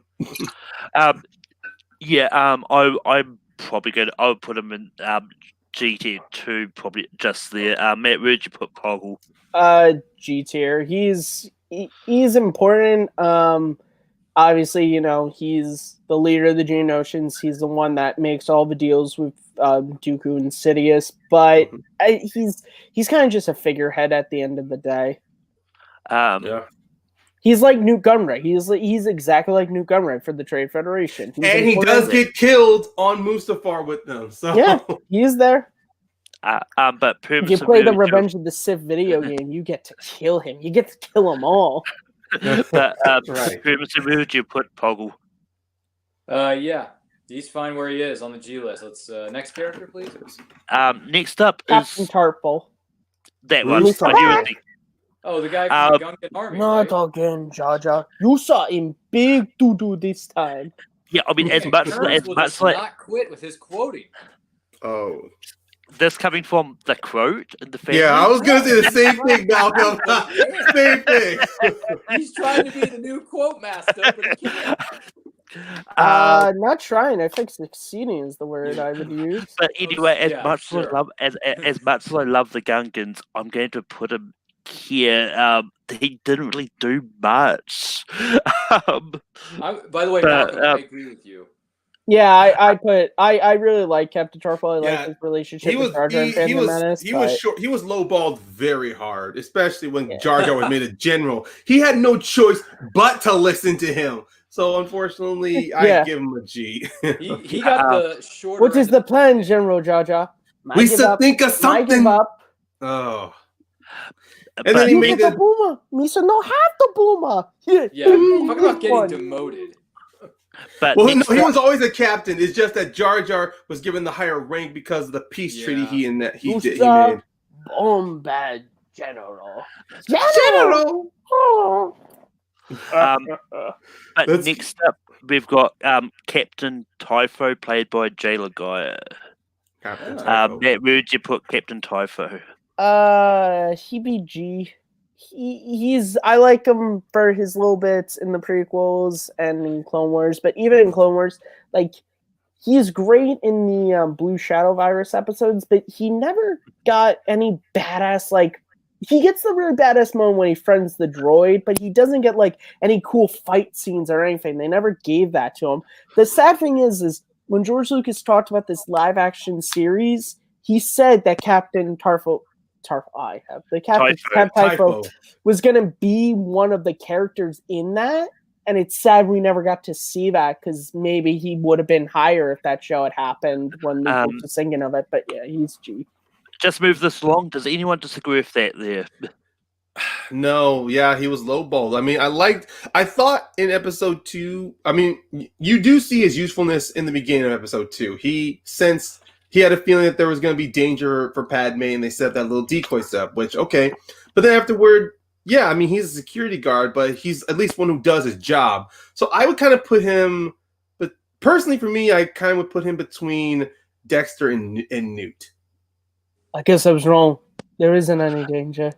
But next up, we've got one of the Captain Panaka. Yeah. I knew it was. I actually did know. AKA a Star Wars figure I'm trying to get my hands on. Oh my Complete my God. Phantom Menace collection. I mean, Wow. so where would you put Captain Panaka? Man. You know, for what he did in Phantom Menace, helping out, making sure certain things got done, or just being there to help in a tight spot. Man, kind of hard, man. Between. I mean, God, why is this so hard? I honestly, I probably put him a step above a few of these other characters. So I'm going to go with that Kathy Griffin show that never existed, My Life on the D List. I'm going to go with D on this one. And by the way, unfortunately, that is going to be my last selection. My powers that be are calling me. They're telling me I got to see the new episode of The Mandalorian before my review show goes live tomorrow. So Gotcha. with that being said, I'm going to take my leave, but this was fun. Thanks for having me, Malcolm, Kearns, Ryan Payne, all you guys. Congratulations to Take 300 episodes and to many more. Wow. Congrats. Wish you the best. Have a good night. May the force be with all of you. I'm out of here. Plug stuff before you go. You can do your plugs. Oh, yeah, sure. Yeah, that's one of the best things about me. Plug in. That's one of the best things I'm good at, Kearns, is plugging stuff rather than just quoting. You can find me and don't quit your day job of quoting, Ryan. I know. Thanks, buddy. You can find everything that we're doing here at Nerd Culture on Facebook, Twitter, and Instagram at It's Nerd Culture. Tons of videos are dropped every single week. We're going to be going live on Saturdays at 12 p.m. EST, doing our recap review of the latest episode of The Mandalorian, and it will be spoiler heavy, so make sure you've seen the episode before you join us. If you haven't, like Ryan Payne is doing with all these trailers, put it in your watch later list. Watch the episode, and then watch our recap. But other than that, have a great night. May the force be with you.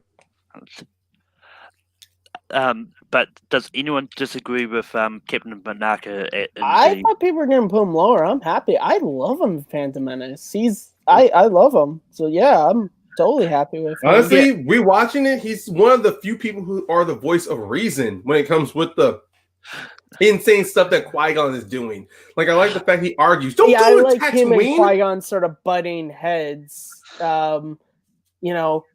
We can't take a bit of a Huts of gangsters. It would be no different than if we landed somewhere where the Federation was in control. But the only difference is the Huts aren't looking for her. Yeah, I mean, it's one of those ones. I was probably a little bit hasty putting him in G just because I thought that's where he would have ended up. But I don't have a problem him being up in D. Because of what everyone said about Captain Typho, I was going to say put him at the front of G, but put him at D. I'm into that. Like I said, I love his character. Yeah, because we are coming up with similar arguments for Panaka at D. Then you know what? Let's just upgrade Typho into the lower D level as well. Because these two guys, they were assigned to do one thing: protect Padme. and they were doing their damn job. Yeah, I mean it's one of those ones like for now I will probably keep Typho there just because I think I feel like Tanaka did more in Phantom Menace. He was much more. He was one of the Okay. heads of the Battle of Yeah. Naboo. Whereas Typho, he was great as a security guard, but like Tanaka throughout Phantom Menace, he was helping with Obi-Wan to protect the Queen while they were stranded on Tatooine. Like All right. he's a much more active role. yeah, and I than Typho. think Typho disappeared in Vengeance. If I don't He remember has him one being- really quick scene where he drives Padme to the ship and she tells him that she doesn't need an escort. Yeah. Okay. Very All right. We'll go. I will relent. Like but I said, I almost picked up his figure when I was at an old game store the other week, and I still do. He's one of there's a couple of Phantom Menace figures I want before I have the whole line, but he's one of them. But next up we've got the Tarful, Tarful. Chewbacca's brother.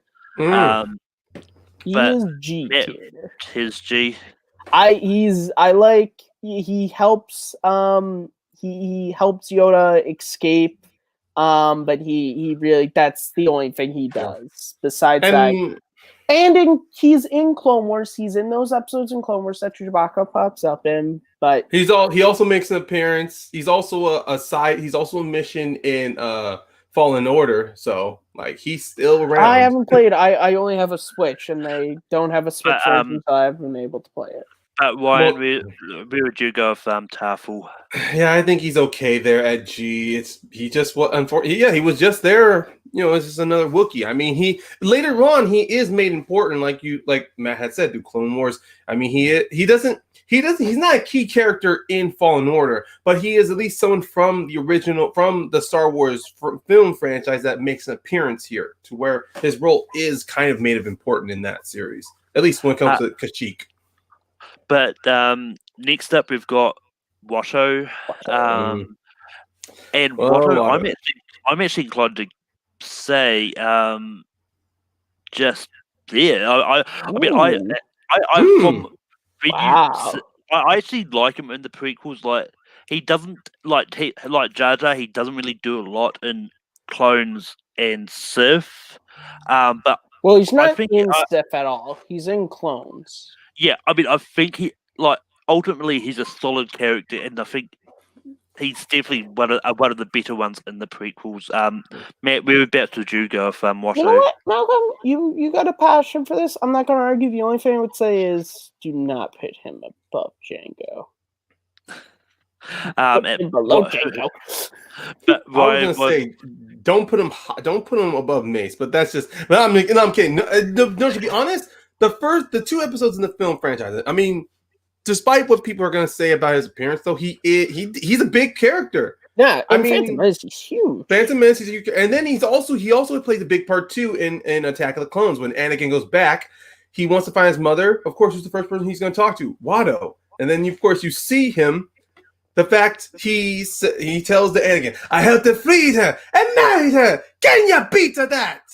I mean, sure. He still treated her like a piece of property, and then of course later on she gets her freedom through marriage.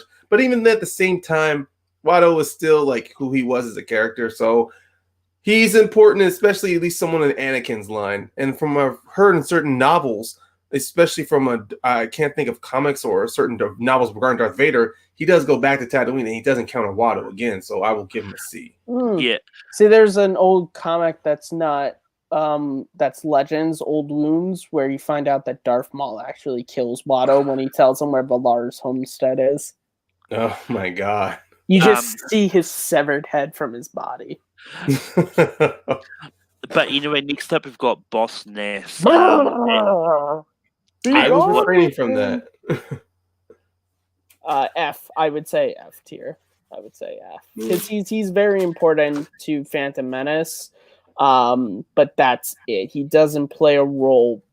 He's in Revenge of the Sith for Padme's funeral, but that's it. And he doesn't make any appearances in Clone Wars, to my memory, when they go back to Naboo. No, they focus on other bosses. But not him. Yeah.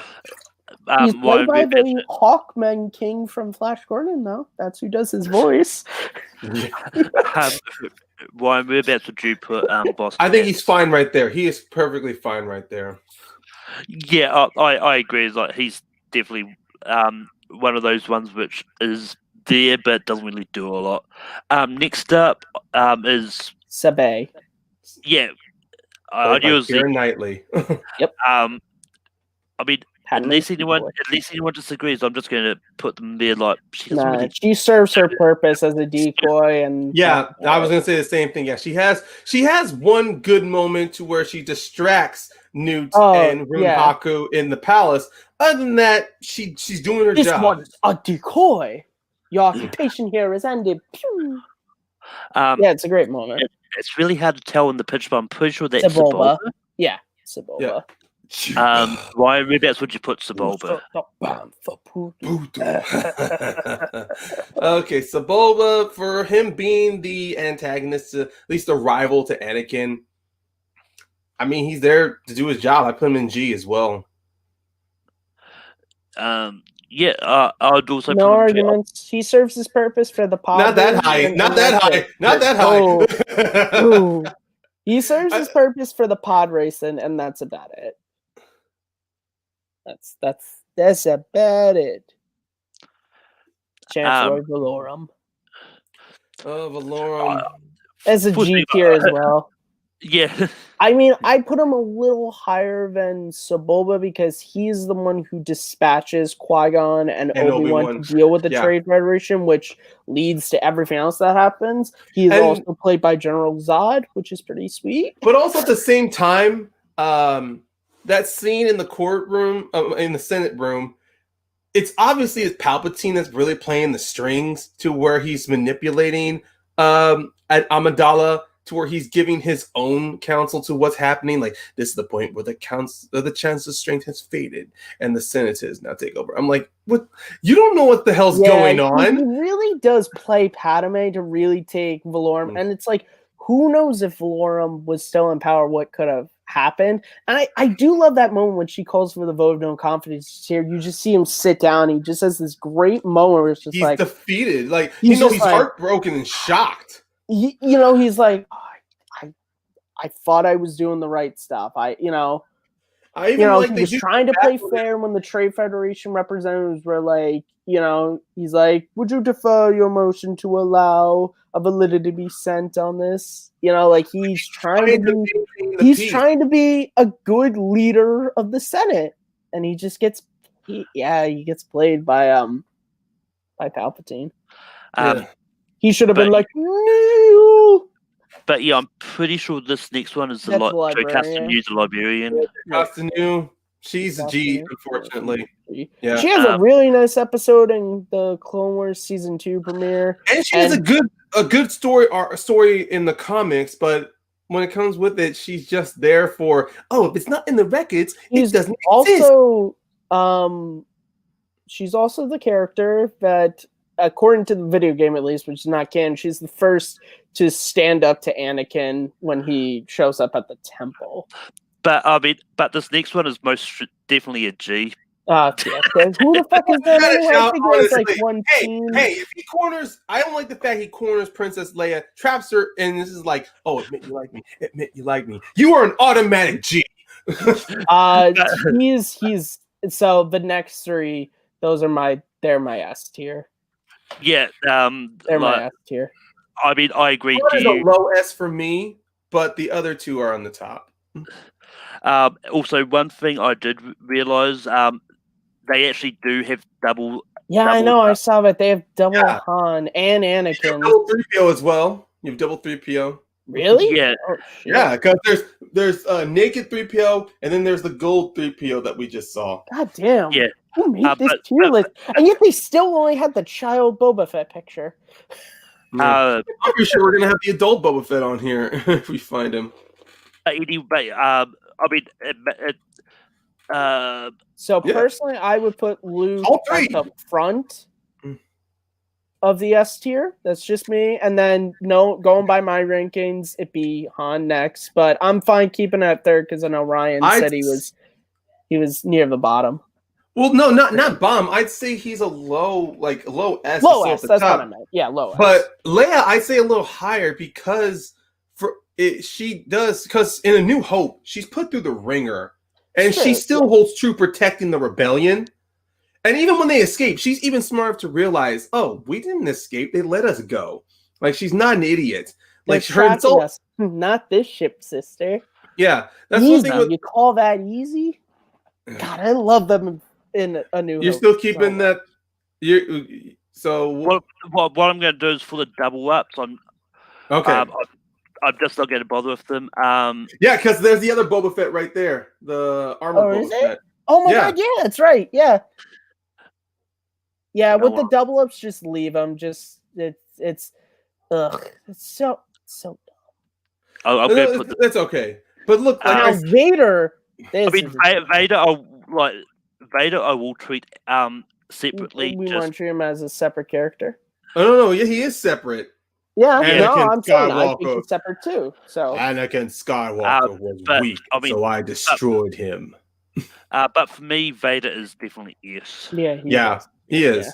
He is. Just no matter what the prequels or any of the spin-off material has done, Vader is a very strong character. He is 100% a tragic character, and him and Anakin. And even then, with Vader, even with the subsequent material, like the comics coming out, you're seeing how Vader becomes even more like ingrained into the dark side, to where, like the comic, to where he gets his own red lightsaber crystal. That actually, I saw Star Wars Theory's video on that. It's pretty cool. Yeah, actually, no. Here's the thing: with the double up with Obi-Wan here, I would still take that as a separate from Ewan McGregor and Al Guinness, because those are two separate characters in my mind. Yeah, I understand. If you don't want to include him, that's fine. If you want to include Obi-Wan as a whole, that's okay. I mean, yeah, I mean, I'll probably leave him off just because. Okay.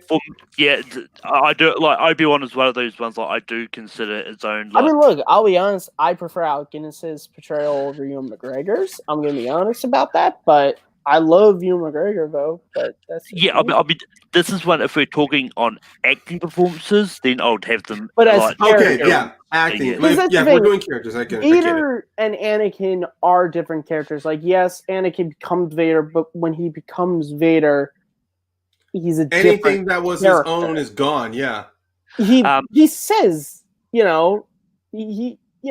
Obi-Wan says that he in a way killed your father. Like, so what I told you is true from a certain point of view. I can understand how some people think that's still a lie, but next up we've got Palpatine.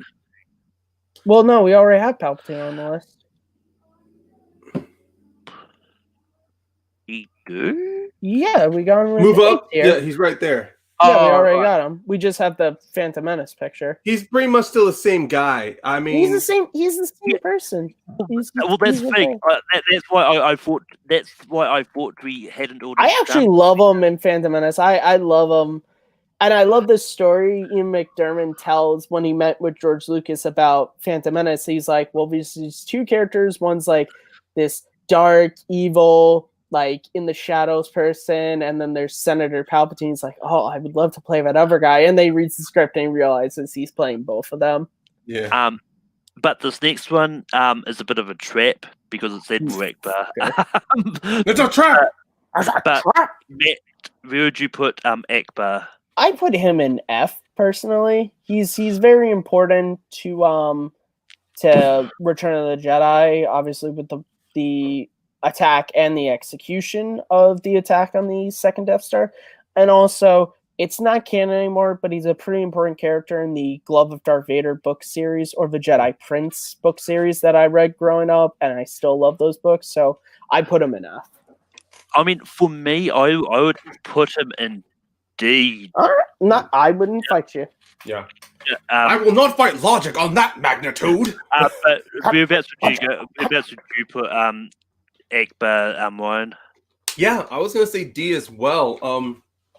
Despite the iconic line of "It's a trap," he is still one of the commanders. He's still a rebellion commander during the battle of the Battle of Endor of the second Death Star. And while Lando is out there on the ground, he's still in his ship, going surveying from a distance, trying to find strategical battle points in order to to attack the fleet. This is so much fun. I love that there's still like 96 other characters against. Well, I mean that's not excluding any other double ups Yeah, that we yeah. may discover on the way. Is this next one Biggs? Nope, that's Wedge and then Wedge Biggs. Antilles, and then Wedge Biggs is and then next Biggs. one. He looks so much like Poe. That pitch. Oh my god! Yeah. Is Poe Dameron's real father Wedge Antilles? which would make Poe Dameron related, also related to Ewan McGregor because it's Ewan McGregor's uncle. Yep. Yep. But where would you put Rich? I put him in D. He's actually no, because Luke doesn't fight in the Battle of Endor. He's the only Star Wars character in the original trilogy to fight in all three of the major battles, and he survives all of them. He's the only one, and of course, he pops up for a very quick cameo in the battle at the end of Rise of Skywalker on Exegol. Yeah. But I love him. I love Wedge. Good shot, Jansen. Whereabouts would you put Rich, Ryan? I personally kind of would put him somewhere in the middle of the sea area because the fact is, of the rebellion, it is a bit of a war against the Empire, and the fact that he's not only able to survive but still but still fight in every battle itself. I mean, because we clearly see in the run of the first Death Star, 75% of the squadrons are taken out. The red leader is taken out. Most of Red Squadron is taken down. Most of Gold is taken down. Most of Green is taken down. All of Gold is taken down except for one Y-wing. Yeah. So by the time Return of the Jedi happens, he's he's now Red leader, and of course Lando being the Gold leader. So I mean, with the fact that he has the experience. He also, you know what? I'll agree because he also helps Lando destroy the second Death Star. Yeah. I mean, I would have gone middle of C. I think that's probably a good place for him. That works for me. Yeah. But next up, Biggs. Yeah, next up we've got Biggs. Biggs Darklighter. Alex Damon would put him in S tier.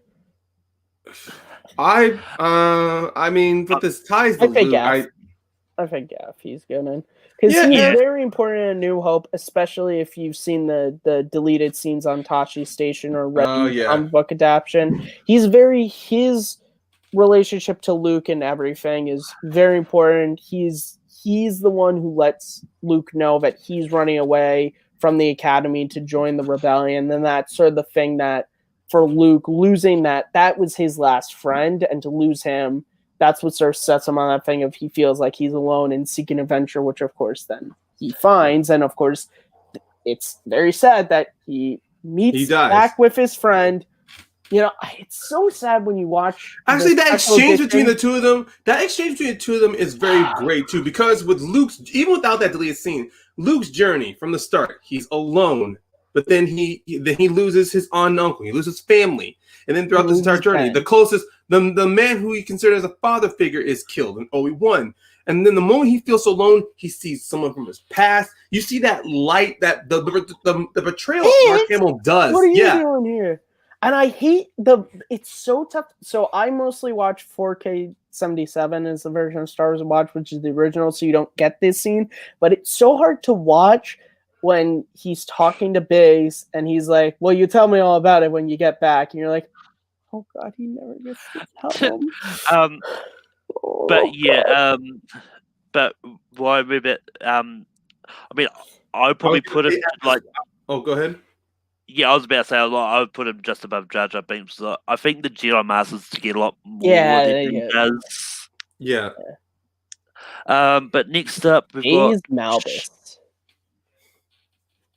Okay, it's not how I thought it was. I thought it was you thought that was Chirrut? You thought that was Chirrut? Yeah, had a 50-50. Nope. Chirrut is Donnie Yen. Yeah.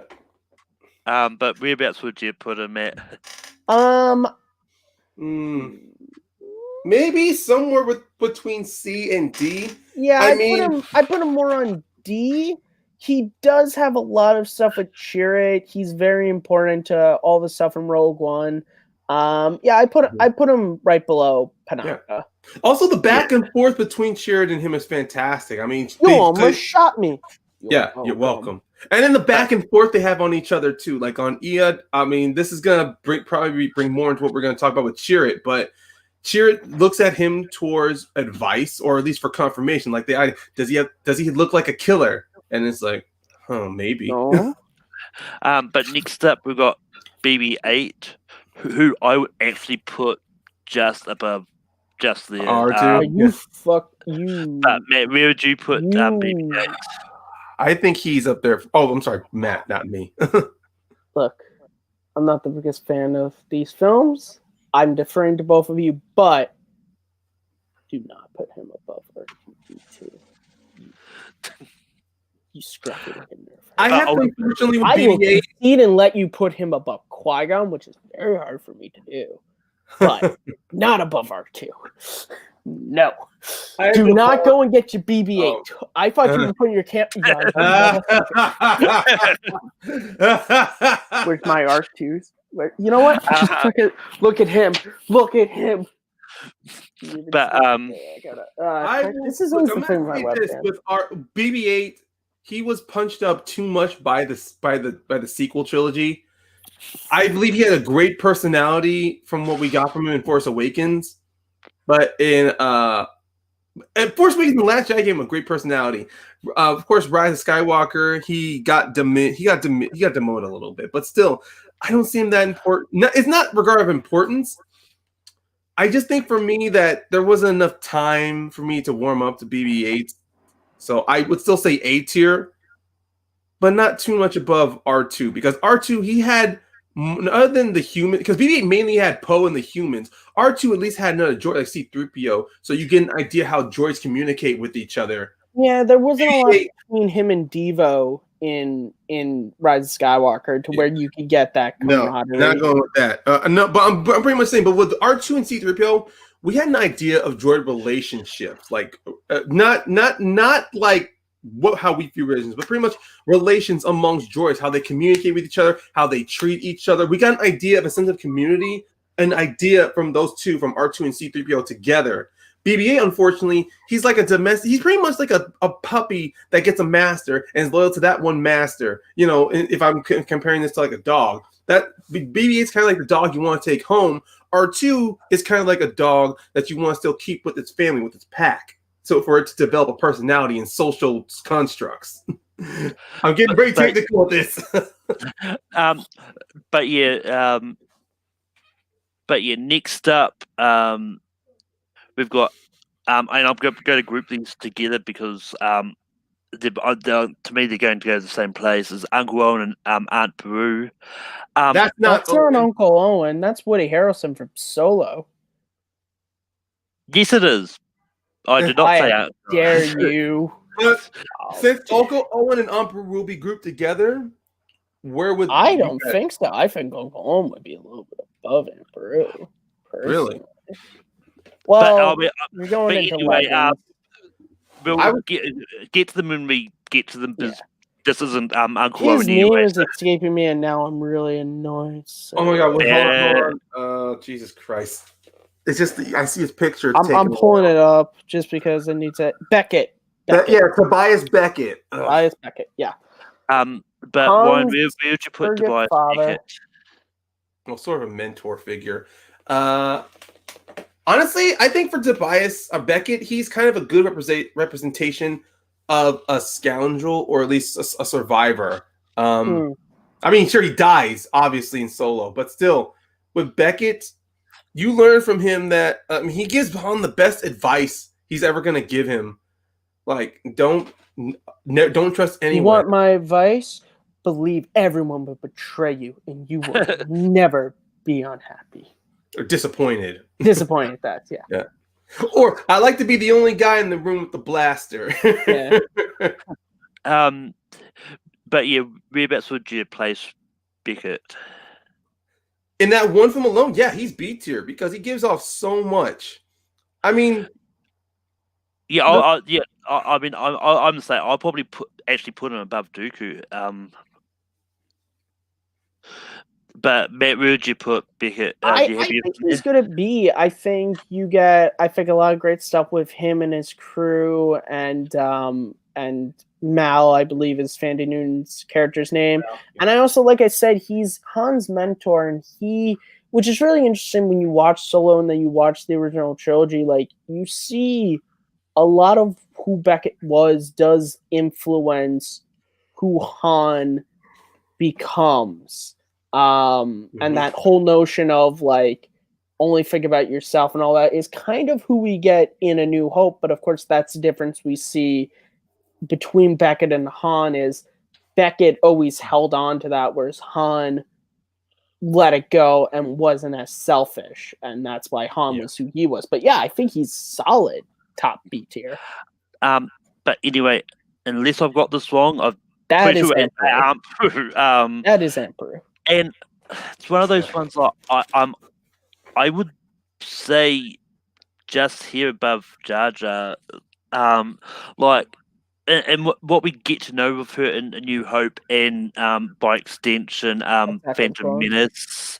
That's the closest what I meant to say. It's like, she's fine. I'm happy for her just being there above Jar Jar. Like, I wouldn't put her above Biggs, but yeah, Matt.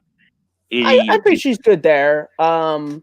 I think an argument can be made for Uncle Owen if he's on this list to be higher, but it's sad that she had a scene with Padme that got cut from the film where they're cooking together and kind of talking about Anakin and Owen, which was really cool. But yeah, no, I think also, I mean, I love the moment between her and Uncle Owen when they're talking about Luke. Luke's just not a farmer, Owen. He has too much of his father in him. That's what I'm afraid of. But I do not. Once again, another character, part of one of my favorite scenes, which is the end of Revenge of the Sith when she's holding little baby Luke and they're looking at the twin sons. Yep. So I'll give credit for that. Bib Fortuna. But Matt, whereabouts would you put this G. one? He's there. He's Jabba's crony, but he does nothing. Yeah. I mean, he's there to he is just there, but he's also there for Luke to use his, to trick his mind. Well, it's someone to show it's someone because you need to see how powerful Luke is that he can do the mind trick. That way, when Jabba is null to it, it's not because Luke isn't able to do it. It's because he's just very aware of it. Resistant. You weak-minded fool. Pilot. I need to rewatch Rogue One. You should. It's great. I mean, you're not the only one. I mean, I slip on some of these characters, so Rogue One's definitely. I do not slip, as you can see. But where would you put him? Bodhi Rook, I put him personally right where you have him right. Well, maybe I don't know, somewhere at the bottom. He is important. He's important, but to me, he's always been the weakest member of the Rogue One crew ever since I first saw the film. But he is very important, and he does get a heroic sacrifice, and of course he's very important because he's the one who is carrying the message from Galen Erso. I was going to say Galen Merrick. I have the wrong Galen in my head. He's the one carrying the message about the Death Star. So yeah, I think F is good for him. I mean, he mentally survives the Bulgullet. So but next up we've got Lando. Someone who has had a bad rap. He has had a bad rap amongst the Star Wars fans. Why? Empire Strikes Back. Everyone hated him for the fact he betrayed them. I understand he betrayed Han Leia, but if you did not see, he's in charge of an entire mining colony. He has to put everybody's... says, I'm sorry I couldn't do more, but I got my own problems. He literally has a meeting with Vader, and I assume it wants something like, so you're going to give us over... Okay, no. Did you not see when his interaction with Han? He had to deal with different mind problems as administrator, and he had all of those lives to look over, not just the men, but there was women. And I would maybe go out on the edge of believe that there was families on that fucking colony. So also, I can understand why he had to make that deal with Vader to save their lives. The deal gets altered on because the original deal is that nothing's going to happen to any of them. Then Vader alters the deal that Han's going to be taken away by Boba Fett, but Leia and Chewie get to stay there. But then Vader screws him over and says he's taking Leia and Chewie with him. He's trying to help his friend while also helping. Han is trying to deal out of a bad situation. He saves them and helps them. Yes, they get there too late for Slave One, but he does help. Wait. The freaking Death Star. I'm not saying Lando's a bad dude. I'm just saying in Empire, from the entire Star Wars fan base, people have always hated him because of that one deed. No, and I don't. Also, if you read Shadows of the Empire, no, it's not canon, but he saves everyone with that thermal detonator. Yeah, awesome. Well, I think Lando is up. I would put Lando higher than B, honestly, because Lando, he had good intentions. And even then, when he realized how bad Vader was altering those deals, he decided, fuck this. I'm going to have everyone leave, including myself with them. And of course, Leia and Chewie being very emotional. They couldn't understand the fact that he had hundreds of lives, maybe thousands on Cloud C to look after. So it was kind of like, and also when they are leaving, he does do the message to tell everyone to evacuate. Oh, yeah. It's not like peace. Yeah, I know. Empire is pretty much laying the roads. They laid the brick roads out that Lando is not some scumbag. He's not duplicitous. He was trying to put other people's needs before his own and his own personal friendship to Han. So it was kind of like people just, you need to rewatch Empire, everybody. Look at the complex situation he was in. And also, when you see Solo, it's really cool to see that character change from who he was in Solo into Empire, because the one in Solo, he would have given up Han, Leia, fucking anyone, but in Empire, he's way more mature and adult, and he's also a badass Jedi. But anyway, Matt, where would you put Lando? I put him in A. I agree. I put him in A. Yeah. Yeah, and I think just above Moore's probably a good place for him. Like, right there. I don't think I would put him above Palpatine. No, I think he's solid. I won't. Yeah, he's good where he's at. Yeah.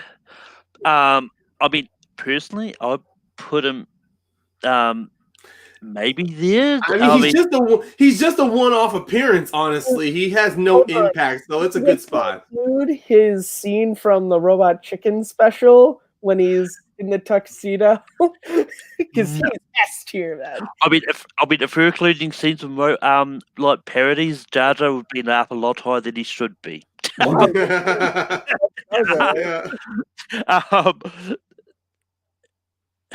No, that's a good. No, he's a good. Sparkly, glowing. Now we have all the time to spend together. But anyway, Cassian Andor. There's another Rogue One. Cassian Andor. Yeah. I mean, he that's not where I'm putting him. But Matt, where would you put Cassian? Who are you asking? You. Matt. He's asking you. Me. I think I'm between two. I'm between B and C. He is getting his own TV series, which means he's going to be important. I'll put him in B, actually. I'll put him in B because he's very important to the story of Rogue One. He has his own arc to where he starts off and he kills the other rebels so he can escape, but then he refuses to kill Galen. He's important to Jin's whole arc. He also ends up saving her. So yeah, I'll put him in B. He's an interesting character in that movie. Like, he also just has the great scene when he's like, we all don't get to pick when or where we want to care about these things. I've been in this fight since I was 6 years old. Ryan, where would you put Cassian? I would definitely put him on B as well, because even with the series coming out, if you just seriously just look at that movie, his soul arc there, that line he says, "I've been in the fight since I was 12 years old." or 6, what he says. And and even when he says to Jin, he's done a lot of things in the name of the rebellion. So the fact that he and a few other men were willing to risk everything to go to Scarif shows that he's unfortunate. He's one of those rebel fighters who was there on the ground doing the deeds, doing the stuff that none of the generals or any of the higher ups of the rebellion were aware of, or even wanted to know. So as a World War II fanatic, they say he's a captain of rebel intelligence. He was a spy. And the thing about spies in World War II was a lot of times your mission was you get that information by any means, even if that means killing some people right after they give it up. That way there's no connection back to us. That's what his nature was. For a second, Matt, I thought you were going to say as a World War II veteran, as I was just like, there's so much I don't know about you. wow. I know I look young, and I know we're making. But also, Cassian's also a great foil to Jin. Jin, when she tries to call out Cassian for trying to kill her father, and Cassian pretty much tells her up front, "What? This is real for you all of a sudden? Now you want to be involved in this fight?" To where she had no problem ignoring everybody. Cassian is just he's one of those men who he went through hell, but he's still trying to maintain a soul that's still left inside of him. So he works in the B tier. Looks like we got triple ones. I was gonna say they got a lot of like weird repeat. What? Yeah. But anyway, either this was made by someone who say, finally, where was he? Yeah, wow. But for Chewie, I'm probably going to go just under Cassian in the B tier personally. Bet, where would you go with Chewie? I put him in A personally. He's very important to the original trilogy. You know, his friendship with Han. Which of course we see where that comes from in Solo. As Robert Parker pointed out once when we were having a discussion, he's the reason why Han's able to save Luke's ass, because Han's firing the guns while Chewie's piloting the ship. Yeah. So he's and also look, he flew casual. He found a way to fly casual. Yeah.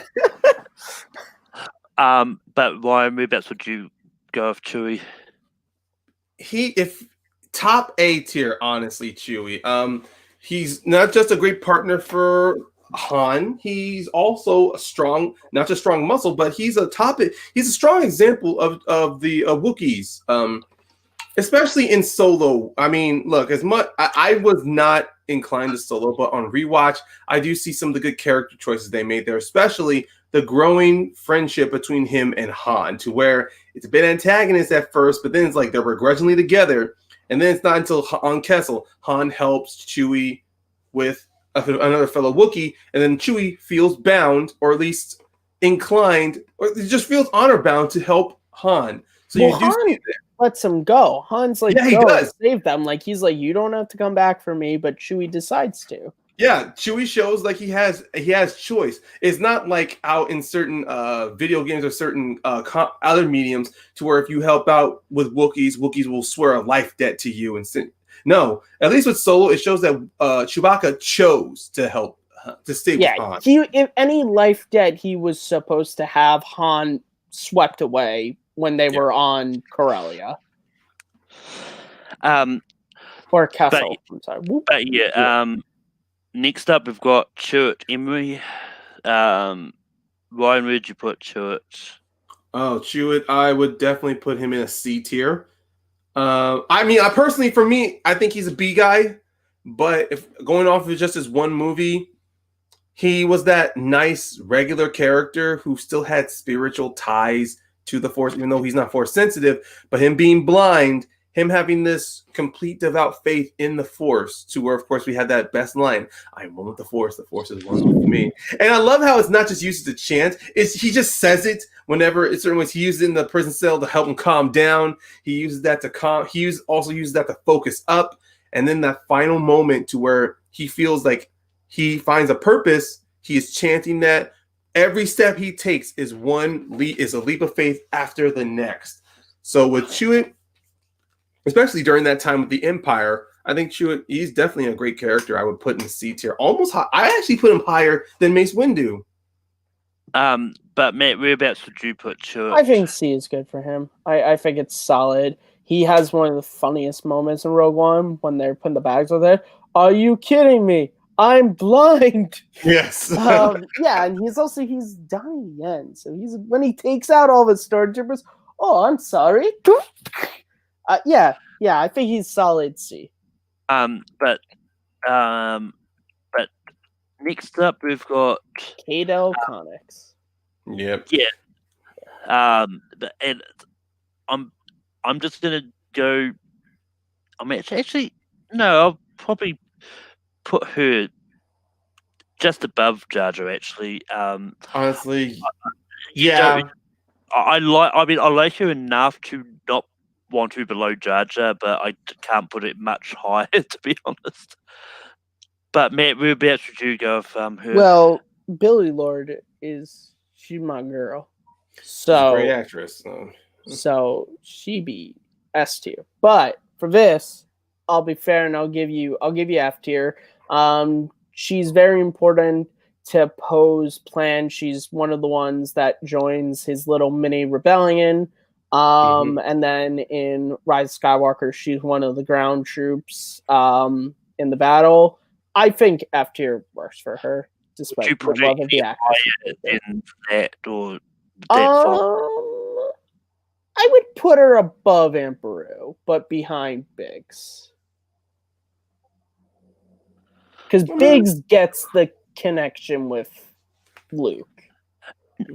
Next up, we've got Master Codebreaker, I believe. DJ. Well, he's not the master codebreaker. He's just he's just some other codebreaker that they got lucky to be. But I understand what you mean. I understand what you mean because when they're trying to find the master codebreaker, he just goes, "Oh, I can do that." He's pretty much a guy. He's a man of all trades. Don't you mean I can do that?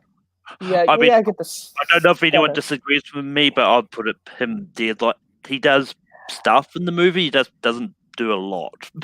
I think gives Finn that really great moment of when they're sitting on the ship and he's like showing them, oh, this guy who owned the ship made stuff for the First Order, but then he's like, oh, he also made ships for the Resistance. Like he's important to Finn's arc in that because he's kind of who Finn could be teeter-tottering to be like, because a lot of Finn's story in that movie is I want to get out, I only care about me and Rey, and and of course he's the one who sells them out to the First Order when they're on the Star Destroyer. So yeah, but he's beyond that. He doesn't come back in Rise of Skywalker. I don't think we're ever going to revisit that character. I don't see why you would. He's good for the movie he's in.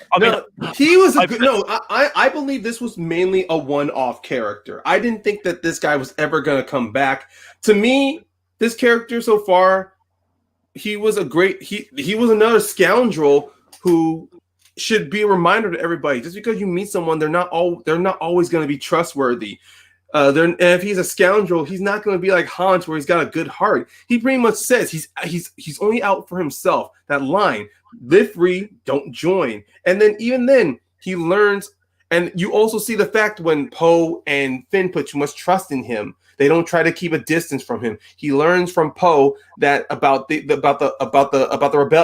Resistance escaping in those small ships. He gets that information. And even then on the job, even though he does his best, even though he does help, in the end, once they get caught, if he has something to hand over for information for his freedom, he's going to do that. And I think G obviously, but his role was important to remind Finn and Rose what happens when they make rash decisions, when they're not thinking things through, or when they don't ever try to doubt others. Yeah, I mean not doubt. I mean when they're not keeping people at a distance. Trust. Yes. Because you can trust a scoundrel, you might luck out, and it might be a Han Solo, or it might be someone who's gonna sell you out. It's a reminder among this galaxy, not everybody you come across has a heart of gold, especially even if there was no first order. If you came across someone like DJ, I still get the feeling that he's willing to sell me out. Yeah, I wouldn't want to trust. But anyway, next up we've got IG-88, and I would actually put him here. Just for his cool appearance. Well, I mean, for me, like his he didn't really do a lot in the movies. It's actually his appearances, like his small appearances in The Mandalorian, which helped bump it for me. That is IG-11, not IG-88. Different character. On that note, I thought you were going to say that because he's played by a fucking New Zealander. I mean, I wasn't, but seeing you mentioned it, Taika Waititi as IG. You're like, by the way. Yes, that's right. Adolf Hitler did the voice of a droid. And I mean, how do you know I didn't just make that joke on purpose to find a way to get you to make that? I like when Malcolm does this when he's like, I can make it seem like you try to make me crazy. You see, I'm one step ahead of you, and you're trying to make it seem like you're 2 steps ahead of me, but maybe I'm 4 steps behind you. But anyway, where would you put IG-88? He just stands there on the Star Destroyer Executor. It leads to one of my favorite jokes in the Robot Chicken special when Vader's like, is he listening? And they're like, and it goes to him. He's like playing basketball, but he doesn't do anything. If it was IG-11, he'd be much higher, but he's nothing. But anyway, next up we've got Hux. Oh god. Oh, Hux. This guy was really hurt by the sequels. What wasted potential. But I still like, despite him being hurt in sequels, I would actually put him in B tier just above Dooku's. Like, I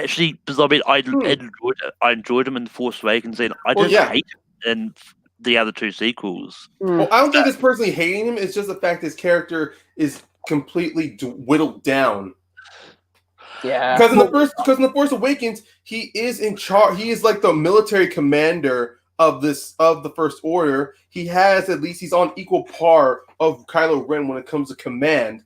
The only time he's ever belittled is when Kylo Ren questions him about FN. Because when Finn breaks away, he questions him about his men, but he fights back. It's not until The Last Jedi you see him really being belittled. Yeah, they make him a joke and a weak leader. Yeah. I mean, it's one of those ones. Like, for me, the reason I would put it, I'd still would put him Solo, but I mean, I would defer to you guys if you want him. I would put him in C because I would put him in C mainly because of Force Awakens.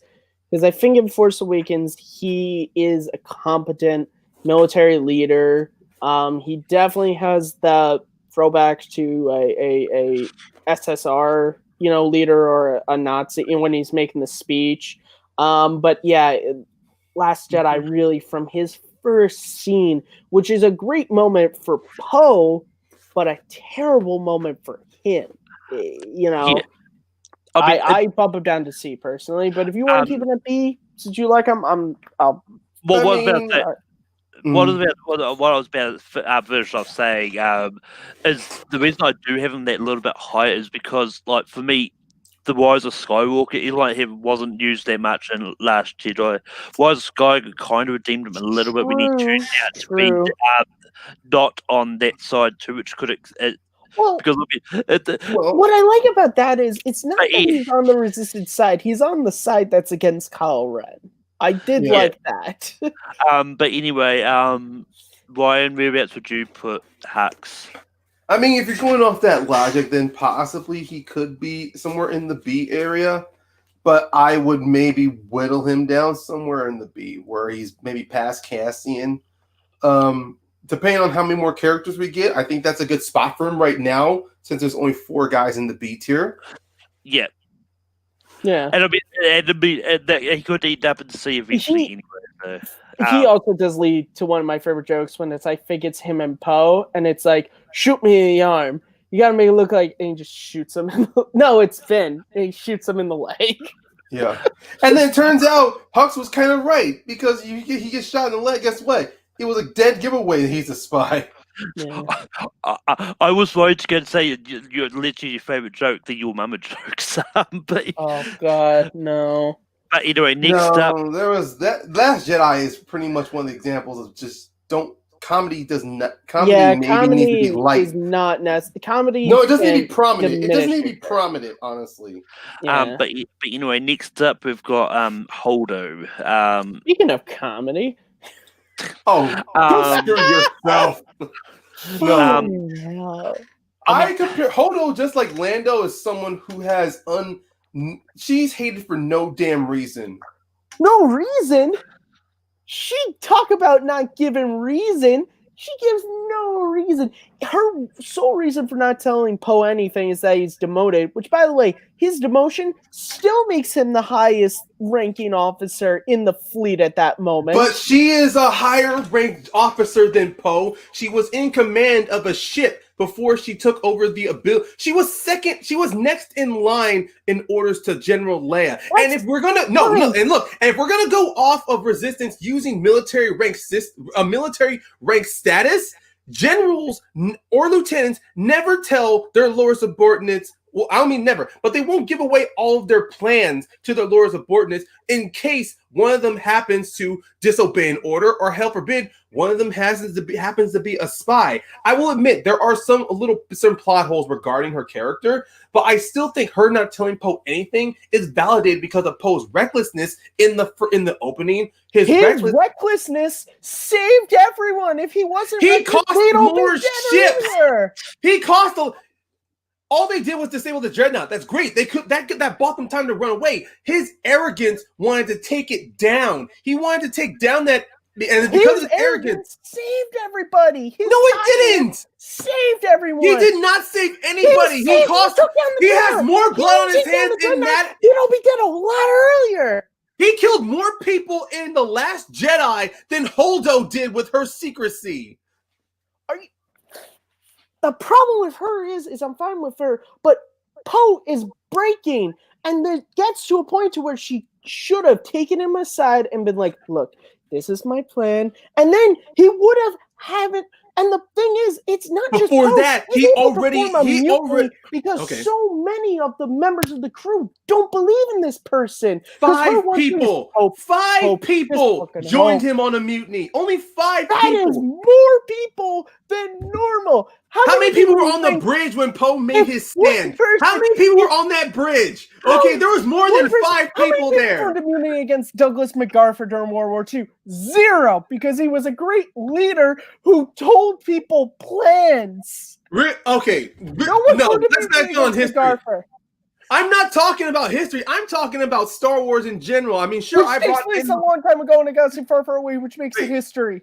And then, if we're going to make this history, then how about people when it came down with the attack on Pearl Harbor? There were reports saying that the president himself knew about the attacks happening, but he allowed it to happen. Oh, we're not going into this conspiracy stuff. And let's not get into that conspiracy. This is a whole. She could have told Poe. Anyway. No, beyond that, although she had a plan, she knew exactly what was going to happen. And at the same time, I will admit, Johnson made some unfortunate choices that made Holdo look bad. If he had changed the fact that Holdo was suspicious of a spy on board the Resistance, or she had extreme distrust towards Poe, then that could make sense to why she's not telling him anything. Or heck, have a few rebel officers alienate themselves from Poe as if to make him feel justified for his actions. Is he gone? Did he leave out of frustration? No, he just turned his camera off. I know, but that's what I mean. His camera's off because of frustration. I don't know, but anyway, no, I'm back. Let's keep talking about Poe Dameron here, okay? Just felt like I had to get in the right mood here. That looks like a Captain Marvel jacket from where I'm sitting. It is a Poe Dameron jacket. Thank you very much. I'm sorry, just because of the lighting, that's why. Oh, no, that's fine. I thought if we're discussing Last Jedi, I should put on my Poe Dameron. Now, that movie can't be taken apart. Holdo's not terrible, and she's played by Dr. Ellie Sattler.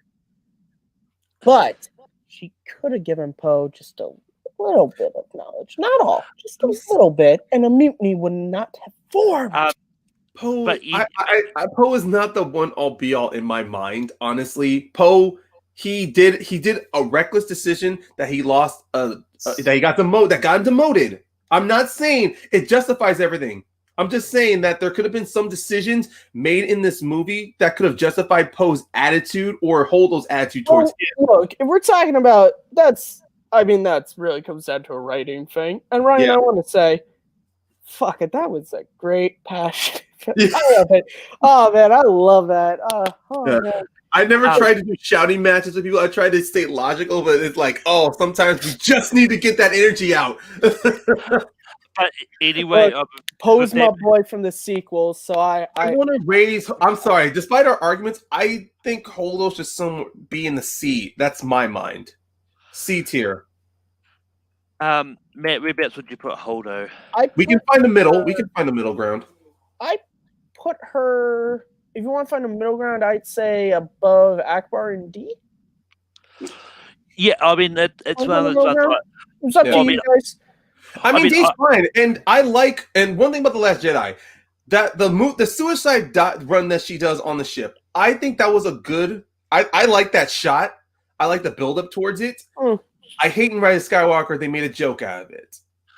Yeah. Well, the problem is it's not so much a joke. It's that it kind of now exists as this like, well, why doesn't everyone just do that? So they had to just explain away that like, oh no, it's not worth it all, so it's not. It didn't need to be explained. Honestly, to me, I felt it didn't need to be explained because it made sense. I mean, look at the damage. I mean, sure, you see the damage she does, but at the same time, she's the only person on that ship to pilot it. It was a last resort. It was when I understand. You know what? Again, that's why I give her credit. She did look for all the issues I have with her.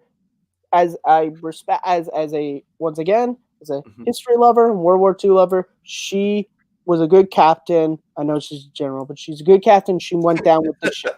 She didn't force some subordinate to stay on the ship. She did it herself. I give her credit for that. Yeah, I mean, and I got to take this off because it's a leather jacket and it's really hot. Oh yeah, I have a light shine at me, and then I got a long sleeve shirt on. I'm like questioning this right now. Yeah, I mean, it's one of those ones that I would have put it like above Shmi. Like, I like the character. She just didn't do a lot in the series for me to. But anyway, next in a book, but I haven't read it. But talking about not doing a lot of the series, we've got Greedo coming up. Oh, this is S tier. Actually, not everyone in S tier we have down now. McClunky. Just the one character George Lucas is always trying to justify, like, oh, I don't want Han to come up as a bad guy, so let's just say he was forced to by Greedo, you know. But despite that, I would put him above Jar Jar, but that's just me. Matt, I do below Jar Jar, but I mean, you want to have him that high. I was gonna say he'd be above Boss Nass because, I mean, his scene is essentially he's just trying to be a debt collector. Like his scene is like, you owe us money, and Han's like, I have it, not on me. Got it. I mean, either way, like if he be put him below Jar Jar, he would still automatically end up above Boss Nass. But where would you put Greedo? He never shot first, but I'd still put him somewhere in the F tier. Chesto, Kusta, Krista, Klenko, Yaboka. Yes. I bet you have. I mean, I would keep him there just because I like him. Like, even though he's only there a little bit, I like him a little bit more than Jar Jar. Greedo, you keep him there. It's one of my favorite scenes from A New Hope. I do not know who this next one is. That is Alden Ehrenreich's Han Solo, which is that is Enfys Nest. Yeah. All right. Why would you put Enfys Nest? Well, I guess going off one movie appearances, I put her in the D tier because Enfys Nest. I mean, she plays as a very good a sort of antagonist to them because it's clear that she has history with Tobias Beckett, the fact he recognized her, and also with the Crimson Dawn on how even Dryden Voss is aware of her. And then, of course, you reveal later on that her group, her gang of Cloud Riders are nothing but just people who have been oppressed and who've had their homes destroyed by the Crimson Dawn. So when you get her reveal, you realize that she's sort of kind of like a freedom fighter. But yeah, I agree. I put Infant's Nest in there as well. I think that's probably a good. Actually, no, I'll probably put her up there. But Matt, whereabouts would you go for Infant's Nest?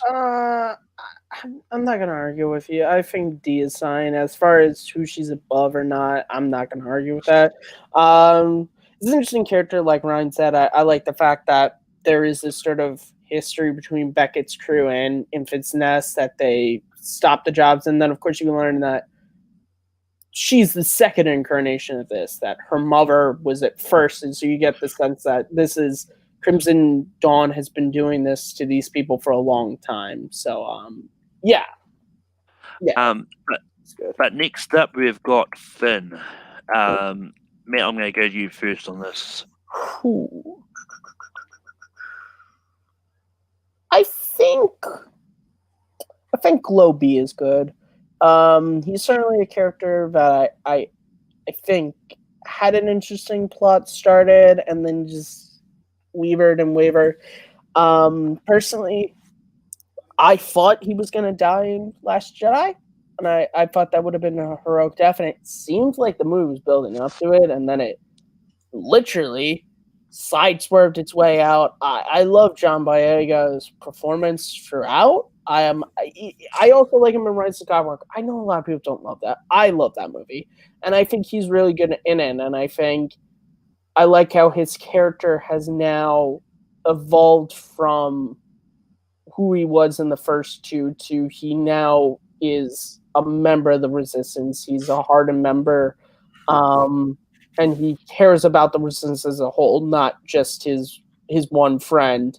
So yeah, I think B is. I put him above Hux and Cassian, but I think B is good.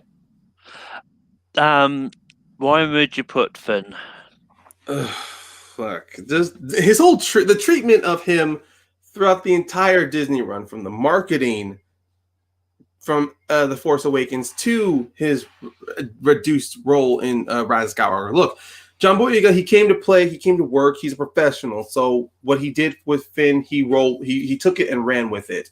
I just wished that they had more respect for the character of Finn, as you see, because from his journey, from someone who was just out there just trying to survive, to developing a bond with Rey, to caring about her, then realizing it's not about him, to joining the Resistance. It's really hard that if the Disney wasn't so set on being so responsive or reactionary to the Star Wars audience, I think the Colin Trevorrow Episode 9 script could have been used, and not just used, but actually fully made into a movie to where Finn would have truly been his own character. But beyond then, I would put him in the B tier, because he still is important. He was important in The Force Awakens as a symbol of someone leaving breaking away from the First Order. And even then, that same symbolism of Finn was used as inspiration to some Resistance fighters. Even though Rose was aware, but even from Rose's talk to Finn, it's clear that he's a key figure in the Resistance. Yeah, and then you get all the former stormtroopers in Rise of Skywalker who took after Finn and heard of his story. Oh no, they didn't know about him. They didn't know about him. Oh, they didn't? I haven't watched that movie that exchange between Jannah and Finn, they were unaware of each other. Oh, okay. I haven't watched the movie in a hot second. I thought there was an exchange of dialogue where she mentioned, fair enough. Well, in Trevorrow's script, there was a moment in Trevorrow's script that it was hinted that on Coruscant, where the film would have actually shot at, there were some stormtroopers that were aware of Finn, and they actually did break away because they were inspired by him. Oh, cool. I've only seen the Mr. Sunday movies video. Okay, before you do any more switching, there's at least some characters in here I think should automatically go to G. Yeah, I'm looking at that. There's a lot that's just like right off the bat. G. But yeah, Oh well, you missed Lando. The second Lando. well, Donald Glover, Lando. Yeah. my eyes Donald hadn't Glover. gone down to that side yet. Okay. But who? I know. And then there's Old Man Lando. What? Oh my god! Why are we Right doing there. this? That's okay. Yeah, there's. Thank I'm with you. There's a couple I'm picking out that are just like. G, I'm gonna be honest. G's gonna be a very heavily filled character. Really, I feel like I said, I've seen Star Wars theory do this, and he speeds through, and at one point there's just like G just gets filled up with a bunch of characters. Yeah. I have no idea who this next one That's is. Galen Urso. Urso. Jim's Oh, okay. father. Yeah, like G. No, he's higher. I No, think he's D or higher. C. D or C, honestly. I put him in high D because we don't get to know a ton about him. He's very obviously he's the one who puts the weakness in the Death Star. Yeah. But we don't get a lot about him. I did read the book, which is now escaping my memory, but we don't get a ton of him in the movie. But I think high D is good because I mean he's the reason why we're able to blow up the Death Star. And one thing from the holographic message, it turns out that Galen realized he was never really needed, but he made himself an important figure. So even though he could have easily, because with Krennic's character, he pretty much wanted him on the project. Galen's he realized at a certain point that they were going to be able to complete this without him, but then he decided, no, I'm going to make myself seem more important to this because that's how he would be able to get this. It's just like I just realized something that you didn't make it E tier. Well, no, I didn't. As I said, I didn't make this. Like, this was already pre-existed. Whoever made this did not have an E tier. Actually, hold on. Some of these characters from E can be put on F. Honestly. I mean, it's one of those ones like I'm just going to. It's one of those ones. I think you can. I think this is good right now. I think this is good right now. Well, I was going to say put Dexter, Jexter, and Pago back in G, but then I think what you have is good. I think that's solid. Yeah, I think that's solid. One of those ones, like as I said at the start, like people are going to move down a bit over time because I've only what rules I made for this, like only 5 will be in the S tier, and then all the others can have at least 10. Gotcha. Okay. Except anyway, for G. G will have all the remaining. Well, it depends on value, honestly. So the next guy, Jabba, he's definitely passed. I think a high C or a low B, honestly, because he is that persistent threat for Han Solo in the original trilogy. I mean, if you don't think of the special editions, he was that phantom that Han Solo was trying to get away from, and then when we finally get him in Return of the Jedi, just the fact that he is just. And not to talk about his physical appearance, but he's a very slimy and he's a very duplicitous character to where Han, even though for Jabba, he knows it's too late, Han can't buy his way out of anything. He's just like, I don't. And then, of course, taking Leia and then just turning her into his slave. And then, of course, someone who, and Jabba is like the character who always believes he has the power in the room, regardless on who approaches him. So I think, Jabba would be a C character or somewhere in a low B for me. Yeah, that's one of those ones like if our good friend Chris Clark was here, he'll be asking if there's a level higher than S tier. Because he usually does Jabba, but yeah, I'll probably put him. I'll put him sort of above there on the C tier personally. Matt, where would you go with Jabba? Sorry, I'm just getting some stuff together. Where do you guys have Jabba right now? I put he's on C tier right now. Sorry. That is my nope. That's what I want. I think that's good. Yeah, like Ryan said, if you don't watch the special edition, he is a nice phantom thing that's just sort of spoken about in A New Hope and Empire, and then he finally reveals himself. Though he is part of one of the things that brings down Return of the Jedi, which is the whole half an hour. But I'll be right back, guys. All good. Alright. Next up, I believe it is Bale. Yep, Bail Organa. Yeah. I mean, I like Bale, but I'll probably actually put him above Greedo and Ian. Wow. Okay. Whereabouts would you put him? I guess for me, I mean, Jim. I think I personally would put him as a B character because of his importance in the lore, as you see from episode 3. He's one of the few. He witnesses the extermination of the Jedi, and then you realize that he still and of course in deleted scenes in episode 3, he's actually along with Padme and a few other senators, they're actually the ones that believe that there's something going on with the Republic, that with Palpatine in control, to where it plants the notions of a rebellion in mind, but it's just more of, because of this whole war, they believe that something's wrong and that something needs, there's too much action involved, too much fighting, and there's not enough talking going on. Like, no one's actually doing their jobs. No one's trying to stop the war through negotiations. And then, of course, you see in episode 3, he finds Yoda, he finds Obi-Wan, he's able to be an ally to them, he's able to protect and shelter them from the newly formed Empire, and he's one of the few that knows of the fate of Luke and Leia.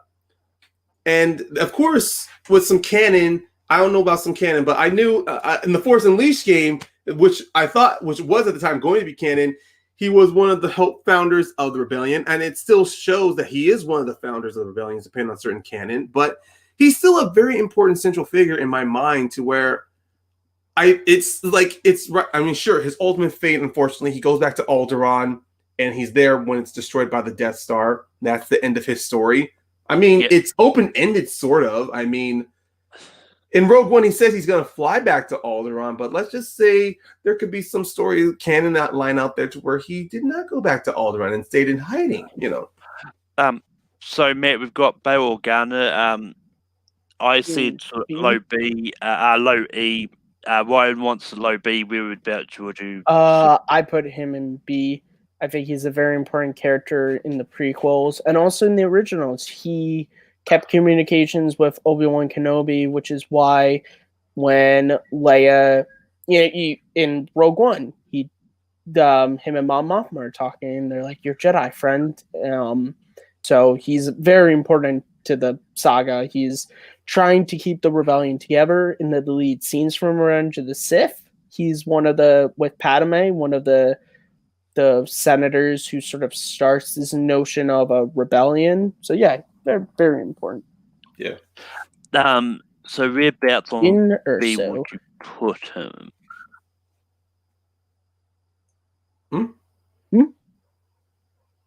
Whereabouts on B would you put him? Is there fine for Bale? Where Brian said, I think low B is fine.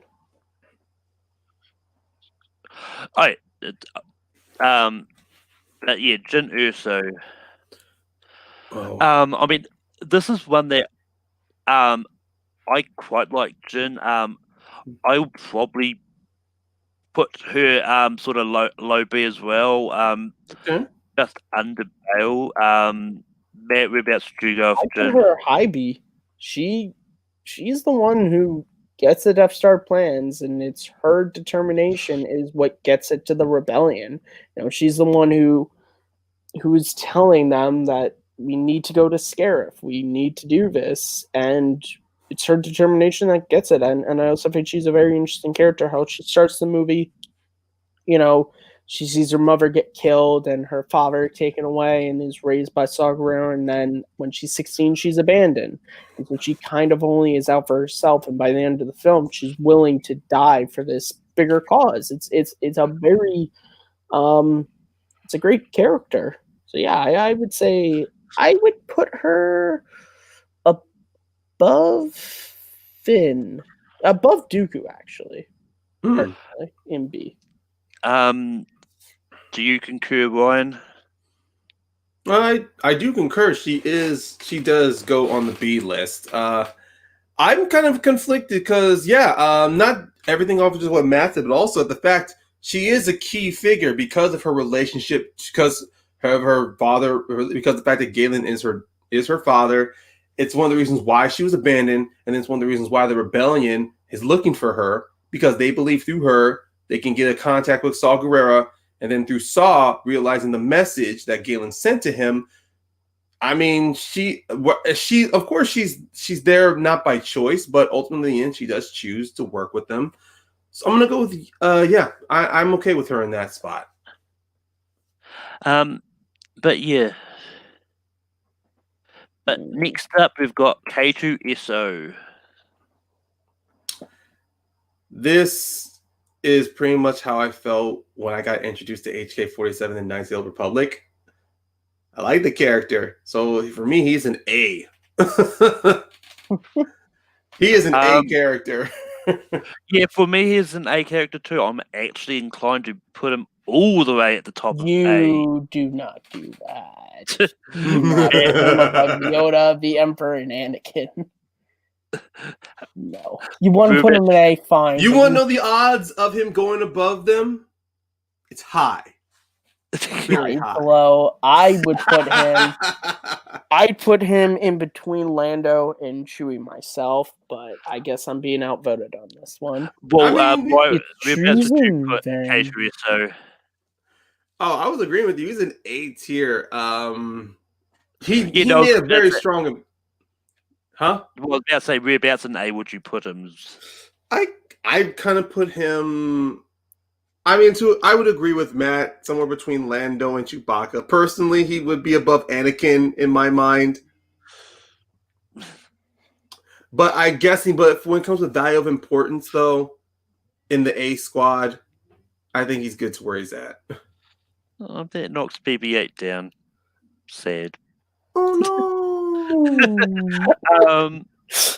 I'm totally not salty at all. Malcolm, just remember, this was your thought.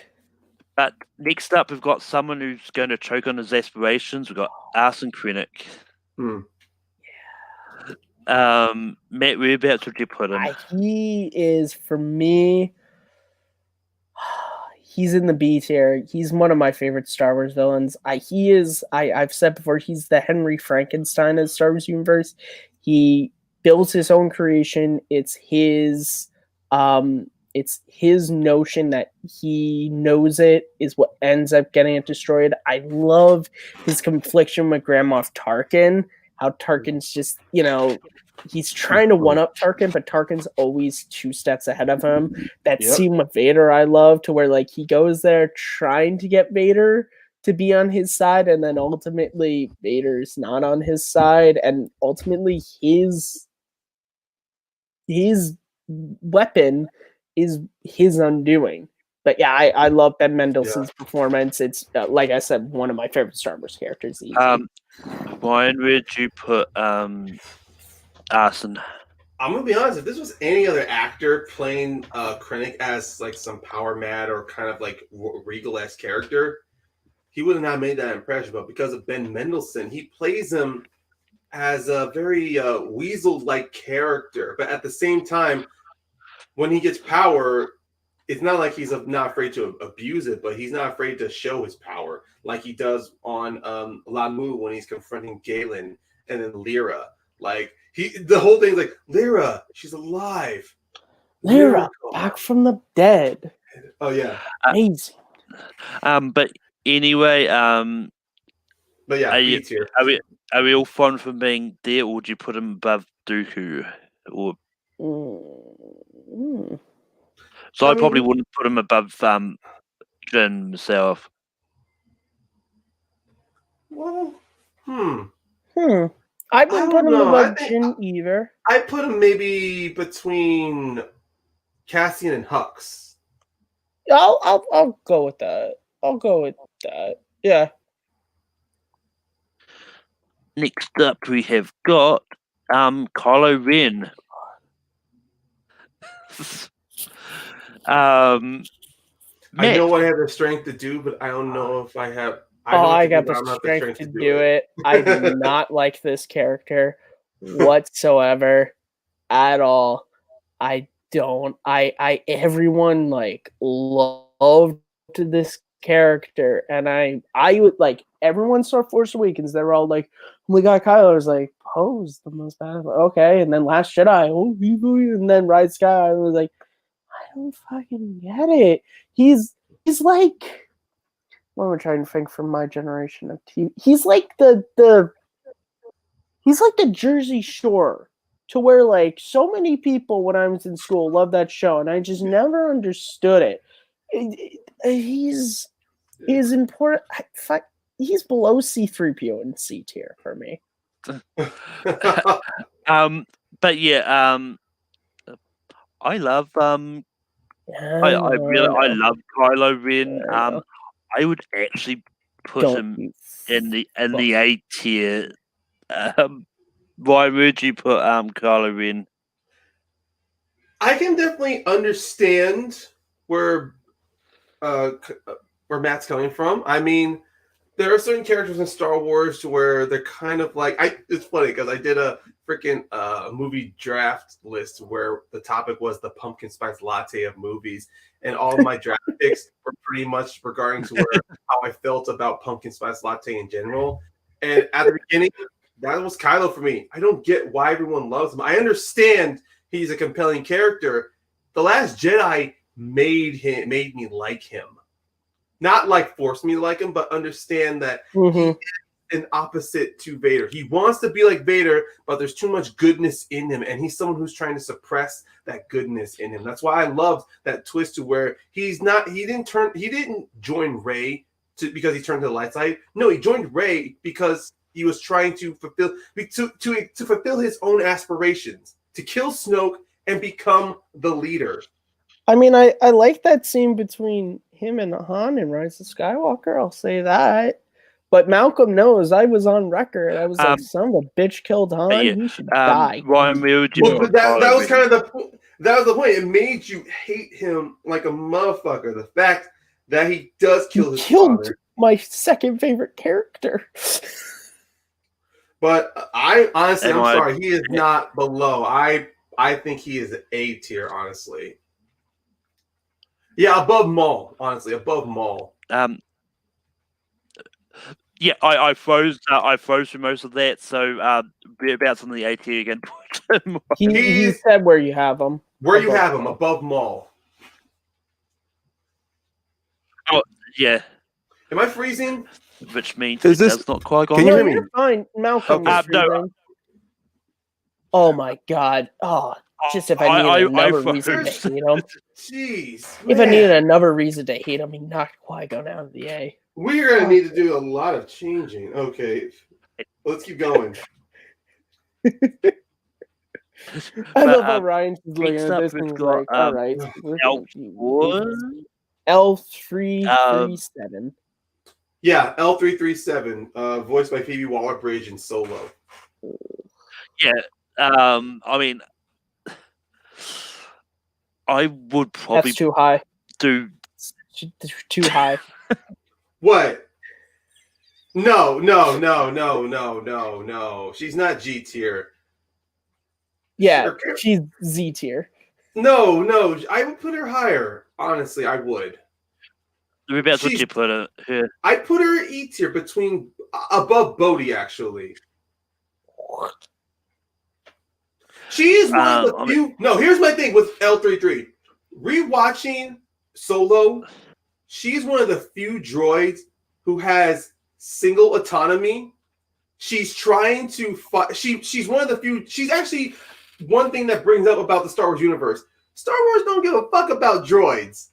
Unless it's the ones unless the ones they make us care about. Every other droid is either torn apart, tortured, used as second-class slavery, as second-class workforce. So L33, she may have been I'm not gonna say she's ahead of her time, but she was kind of used at the moment where no one wanted to think about the droids as equal to humans or creatures in the Star Wars universe. And her fate also, it's a fucked up fate. Her consciousness being tied into the Millennium Falcon just to pay back a line, just as a payback for one line of dialogue in Empire Strikes Back. I think she's E tier. Yeah.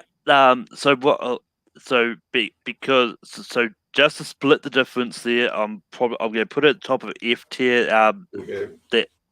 It splits the difference. I don't care for this character. I didn't even get my piece. I guess my eye roll was enough. Every time I rewatch Solo, that's the thing that breaks it. I love Phoebe Waller-Bridge. I think she is a great actress, but that character just the weird, like Lando is doing stuff with her behind the scenes, maybe. I don't know. I like the one moment I like with her is when she's talking to Kira about Han, and she's like, that boy's in love with you and you love him, but you got some shit you need to figure out because that boy's madly in love with you. I'm like, that's cool. That's cool. Yeah. But when she got shot, I didn't feel anything. I just didn't like how once she's killed off, it's immediately like, okay, we need to get out of here. I'm sorry. She's part of the ship now. What the fuck? You're like, there was no ceremony or anything. Well, it's not just that. It's just her whole character was like she's her own person. She's her own she's her own autonomous life form. And yeah, some of her stuff may have been played off as a bit of like roll your eyes kind of jokes or kind of like ugh.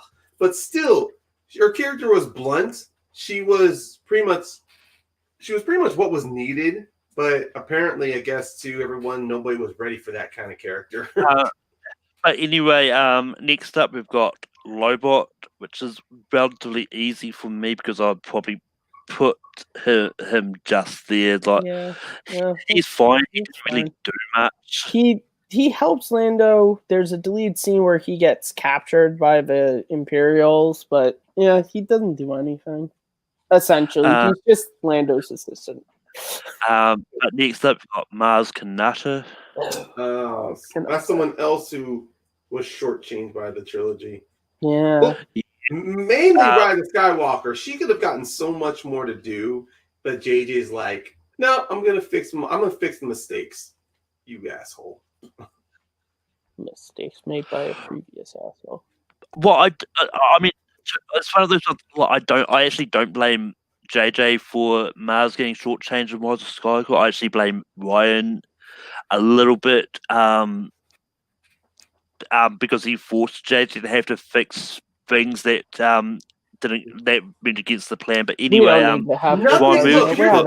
arguments. Here's the problem: is everybody believes that things need to be fixed. Nothing needs to be fixed. It's like, look, Ryan. He obviously was told, "Do your vision." That was a problem. Instead of take something from the Force Awakens and build on it. The ultimate issue is there was no overarching story before they did anything. That was the biggest issue. If there was an overarching story, things would have been different. But there wasn't. And so that's where we got what we got. Well, I mean, that's the thing. Like, I mean, I actually believe there was an overarching story that JJ had, but I think it's one of those ones like Ryan veered away from that. But anyway, we can get into that another day. But that's another Star Wars. That's like another debate at another time. But anyway, we should probably try and speed through what we've got left. The thing is, after this, I think there's a bunch of characters that we can just immediately say are G. Well, anyway,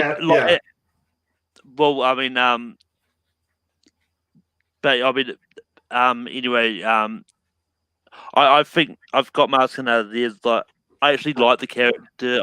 I can't put it any lower than that though. But I'll defer to you, Malcolm. She was good. She never told the story about where that lightsaber came from. She keeping that to herself, I guess. But I won't fight. Well, you it on was that. more of like at the time she could have answered that question if they weren't being attacked by the First Order. But that's a just good JJ question being like, for another time when we're not getting blown up. that's JJ, man. He's like, oh, I'm gonna tease this and I'm gonna touch on it later. You mean J.J. Abrams likes to create mystery boxes with no answers? No. That's his bread and butter. But anyway, one that I can instantly see that you can go to G is that one. Yeah, Ula, Nine that A-wing pilot from Last Jedi.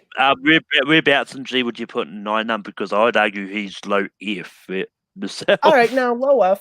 I'll put him in low I F. mean, he gets killed, unfortunately, for a gag in The Rise of Skywalker. So yeah, low F. Yeah, that A-wing pilot is G. That's what part? No, I thought we were just to try and speed this along. I thought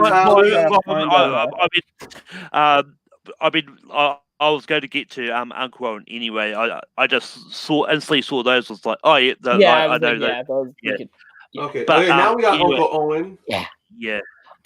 And I mean, for Uncle Owen, I would probably like as I was saying about the package deal, I'll probably put him slightly above Rue, but I'm still put him in E, but I put him above the Jedi Masters. He's a really interesting character. His relationship with Luke, again, some of this is from Legends stuff. Like, he's a badass. Like, he in Legends kills Darth Maul. And he also is like known to just like be able to take on like a bunch of sand people on his own. But he's a character who he's not trying to keep, like, he's trying to keep Luke there because he doesn't want what Owen and Beru know happened to Anakin was he was killed protecting the younglings in the Jedi Temple. Yeah. So he doesn't want Luke to go off with Ben so he can become a Jedi and just be murdered. He doesn't want that for his nephew, because by that point, Klee has passed away. He's lost his stepmother.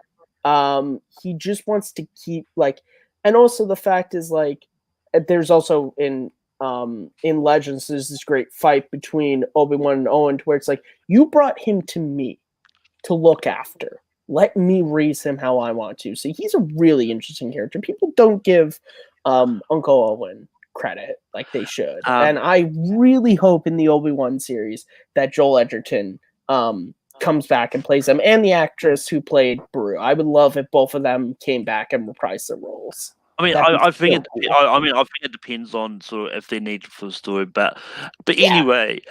Talking about being needed for the story and just forced in for no reason, Captain Phasma. I was waiting when I was wondering if we were gonna get to her. Man. I mean, it's one of those ones like, I mean, I'd like to enforce Awakens, like she didn't do much, but I'd argue that I'd still put Captain Phasma there. Matt, where would you put Phasma? I'd probably put her in F. Ryan, where would you put Phasma? Phasma, I mean, yeah, she got shortchanged, but it's not because of the direction. Kind of like Boba Fett, people just saw her look. People literally saying she's the new Boba Fett, and they kind of predicted it. So she's where she is.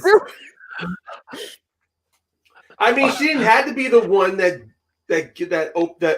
lowered the blast shields. It could have been a regular stormtrooper, but JJ made it her. And the books shows Phasma's ruthlessness, but we're not getting that in the movie. So, and even in the alternate cut of Last Jedi, where Finn nearly exposed her, and you see her kill her own troop just to protect her own secret, like that could have said mild. That could have said but what we got. No. Yeah, so she's okay where she is. But next up we've got Poe Dameron. All right, it's obvious Matt's gonna say high S, so let's just move up to S so then we can start chipping him down. Let's put him on S so that we can start chipping him down. Oh, you bastard. I would probably put him. How many people do we have in B? Right there. 10. 10. I'd put him above Finn in B. Okay.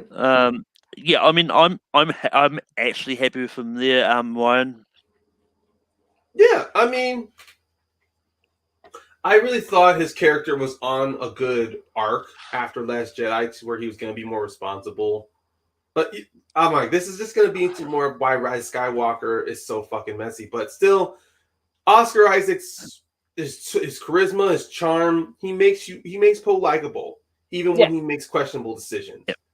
So he's good where he is. That's the thing. He's cocky, but you always feel that he's got good intentions, even with his like his intentions are to care for people and to do right. Yeah, he does believe truly in the Resistance, which is why I can partially forgive what he did there. It's just kind of like, come on, man, you need to use your head.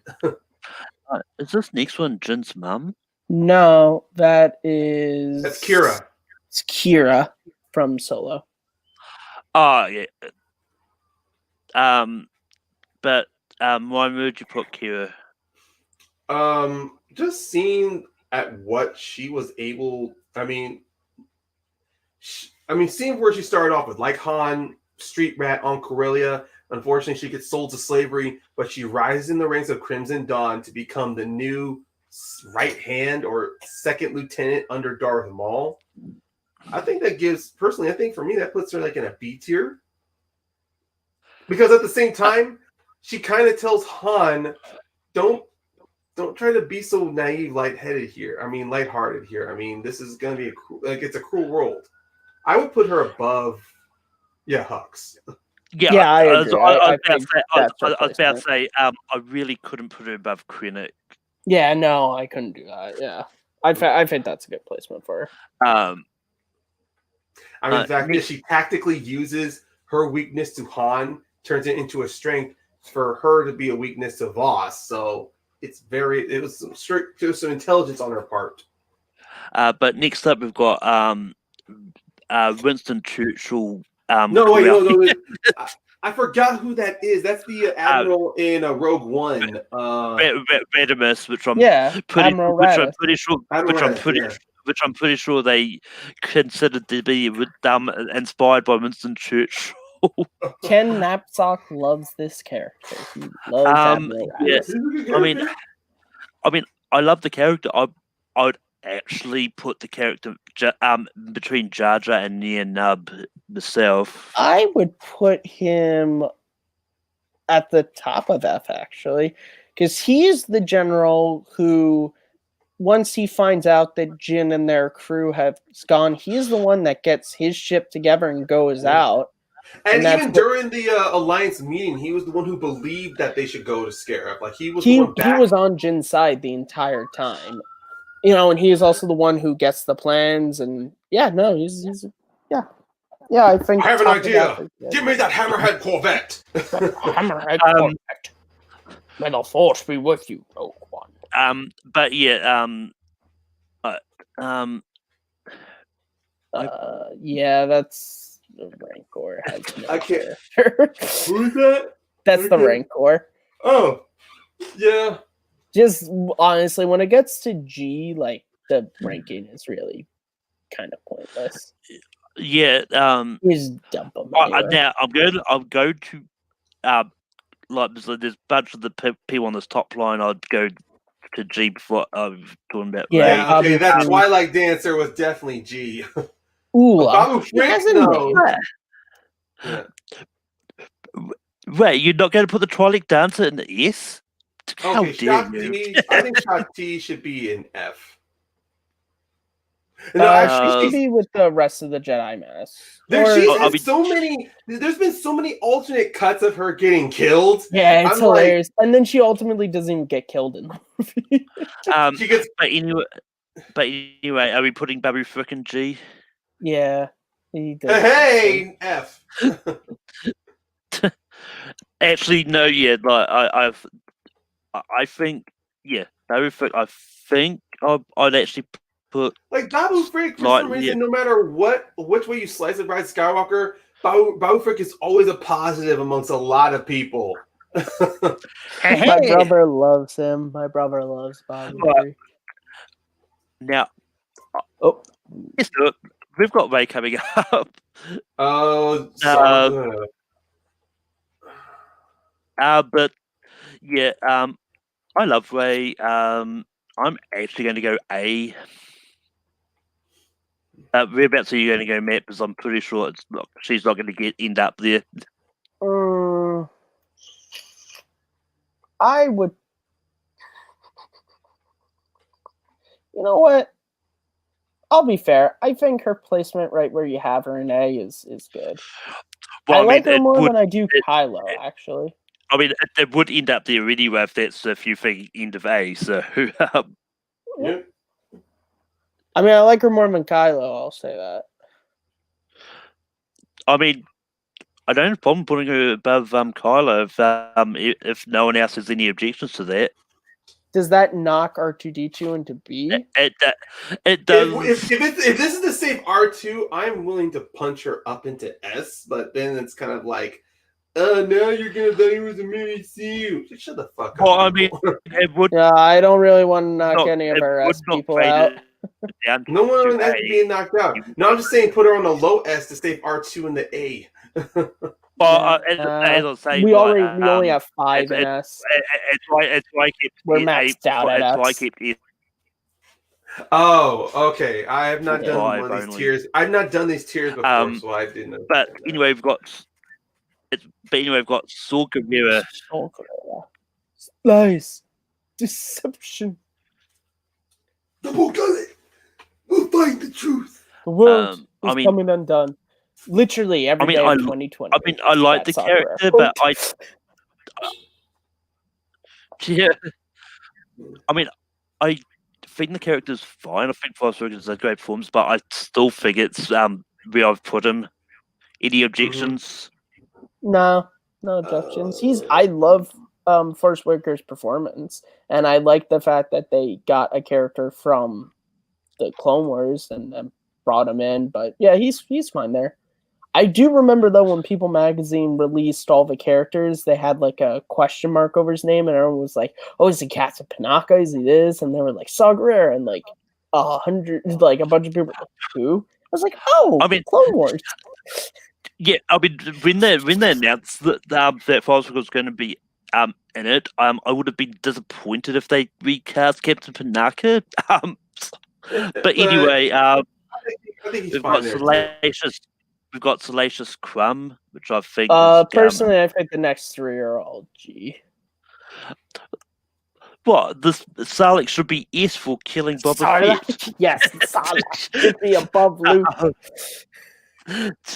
CeeLo Bibble. We've got Snoke. Oh God. Put him in F. That's to save us the misery. Yeah, I mean, F for epic fail. Yeah, I mean, like I still enjoyed Snoke a little bit better than Jar Jar. So yeah, I think that's fine. Unfortunately, that does knock Tarful down there, but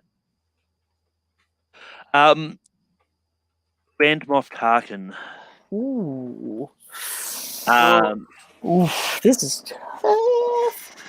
He's definitely somewhere in the middle of this tier system. He's somewhere in the middle for me. Okay. God. I think I put him high C. Personally, I think I put him high C. Yeah, I would, he's below Krennic for me for sure. Yeah. Yes, I'll probably put him above Hux actually. Because see, like Tarkin was supposed to be for Snoke. Am I frozen? still? No, you're back. No, can hear You you just now. froze for a little bit. Am I frozen still? Nope. Nope, we can hear you perfectly. about to say, I think. But anyway,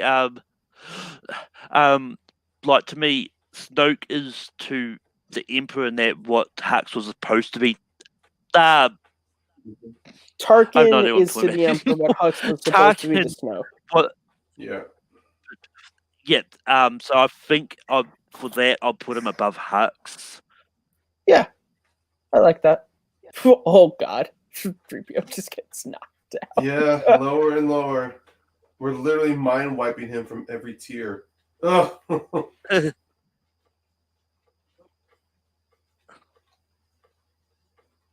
All right. Oh, Put it this way, Judge. knocked poor Poodle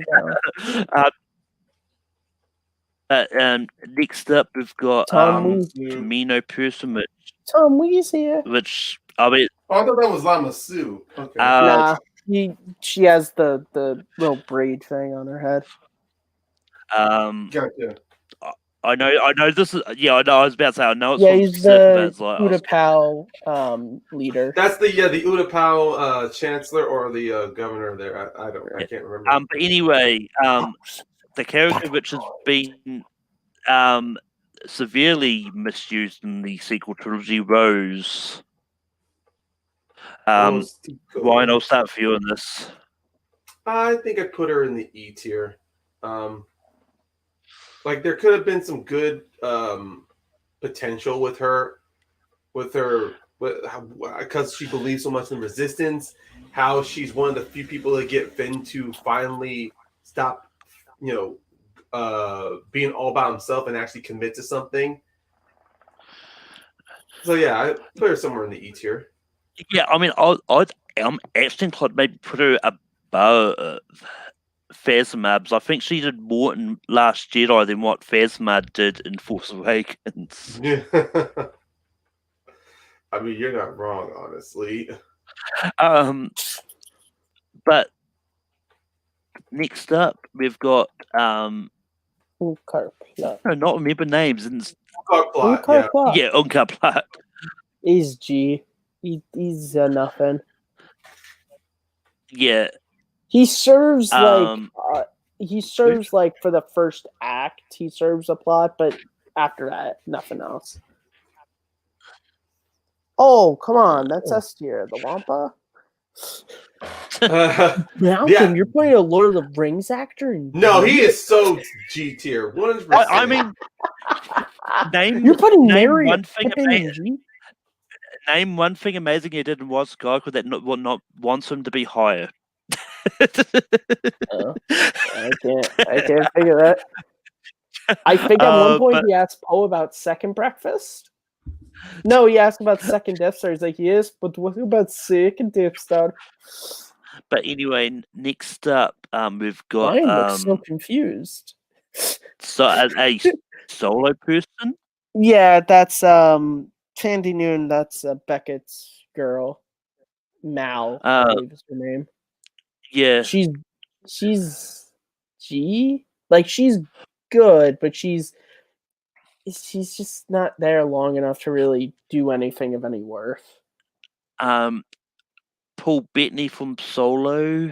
I think for the same Dryden thing Voss. as it. Yeah, again, he's an antagonist, but that movie becomes way more about like Han and Beckett and Kieran. Like he's just kind of there just because you need a villain. Yes. Snap Wexley. Wexley. Same thing. Yeah, just G. He's just there. Yeah. I think he's better than Jar Jar, which is why I'm doing that. Rickett. I like Wicket. I put him below Snoke. Is that another Babu Freak? Yeah, that's what I'm actually going to. Another Babu Freak. Actually, that's no, that's Jon Favreau. That's Jon Favreau from Solo. because That's not Babu Freak. that one we're looking at, that's not Babu Freak. So yeah. Oh, Ryan, I Fake think Ba- you're muted. We can't hear you. Okay, I'm muted There you now, go. Sorry. Yeah, I Ryan still was keep him on talking about F. Lost Baby, I guess. No, I still keep him on F. I can't. Anyway, Rickett. Real good. Yeah, E tier. I think he's good. Yeah. I mean, he is Wicked Ewok. He Um. also helps the Tom Lee children. So, Yeah. you know. I'll probably put. Anybody Rickett. get those reference? Huh? I'd actually put Rickett at this. Mason Sindel, Tom Lee, the Caravan of Courage and Battle of Endor Ewok movies. Now this one move out to Babu Freak. Now that's Babu Freak. So I think we put Babu Freak where we thought we were talking about. Pretty much where we left off with Babu Freak. I mean, yeah. They're gonna That's another Lando. That's Richard E. Grant. That General something. Is it Price? Yes, General Price. Yeah. I mean, he's good, but he just doesn't. If he was in any of the other movies, he might. He should have been He should have been what Hux. His character should have been Hux's character in Rise of Skywalker. Honestly. Yeah. So because they were gonna kill off Hux, they needed a Hux, and so they made him. Yeah. Yeah, Zana. She's. Oh, Zori Bliss. Good. Oh, Zori Bliss. That she was mainly there just because J.J. Abrams got another fellow collaborator a job, and just for everyone for Disney to go, oh, Poe's not he's not pansexual or bisexual.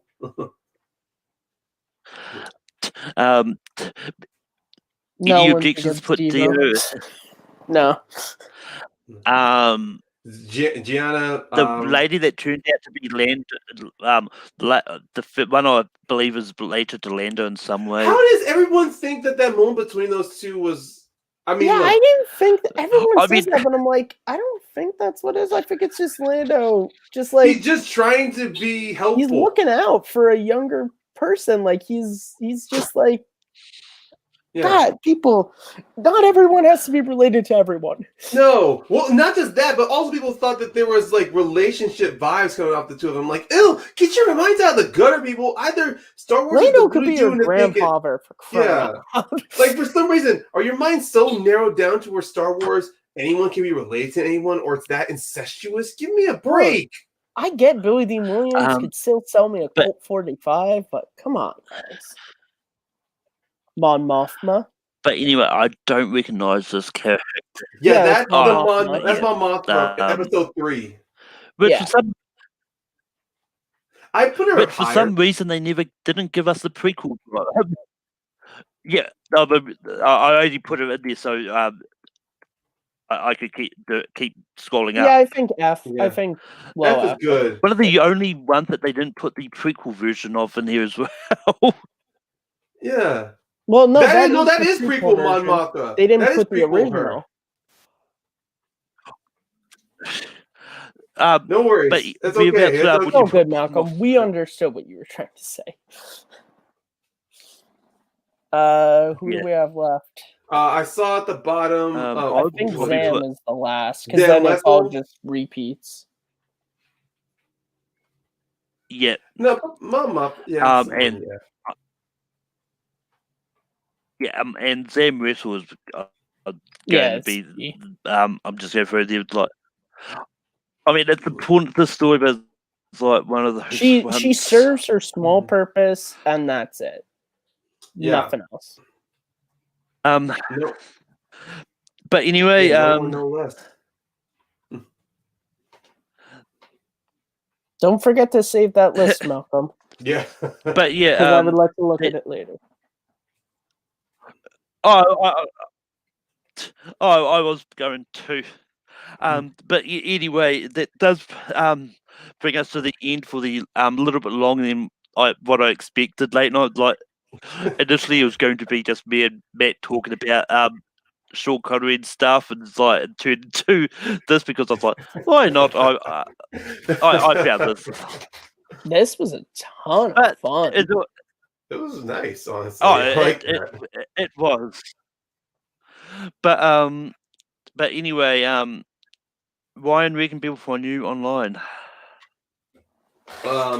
Everyone, you guys can check me out on my YouTube channel, Mount Schmodown, where myself and my two other co-hosts, Ben and Brandon, we break down and review pretty much the careers and matches of all the players of the movie Trivia Schmodown. Week by week, we focus on one person at a time. This upcoming Saturday, we're going to be talking about Eric Zipper. We're going to be talking about him live, 12:15 Pacific, 3:15 Eastern time.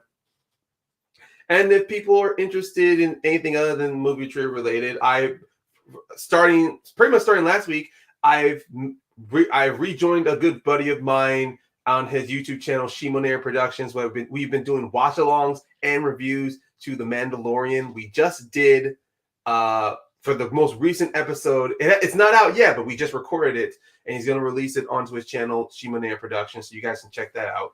So you can hear me talk more on Star Wars. Matt, where can people find you online? You guys, as always, can find me at Kearns_Matthew on Twitter. Excuse me, MattMovie611 on YouTube, and right here as host of the Fandom Podcast and Second Look.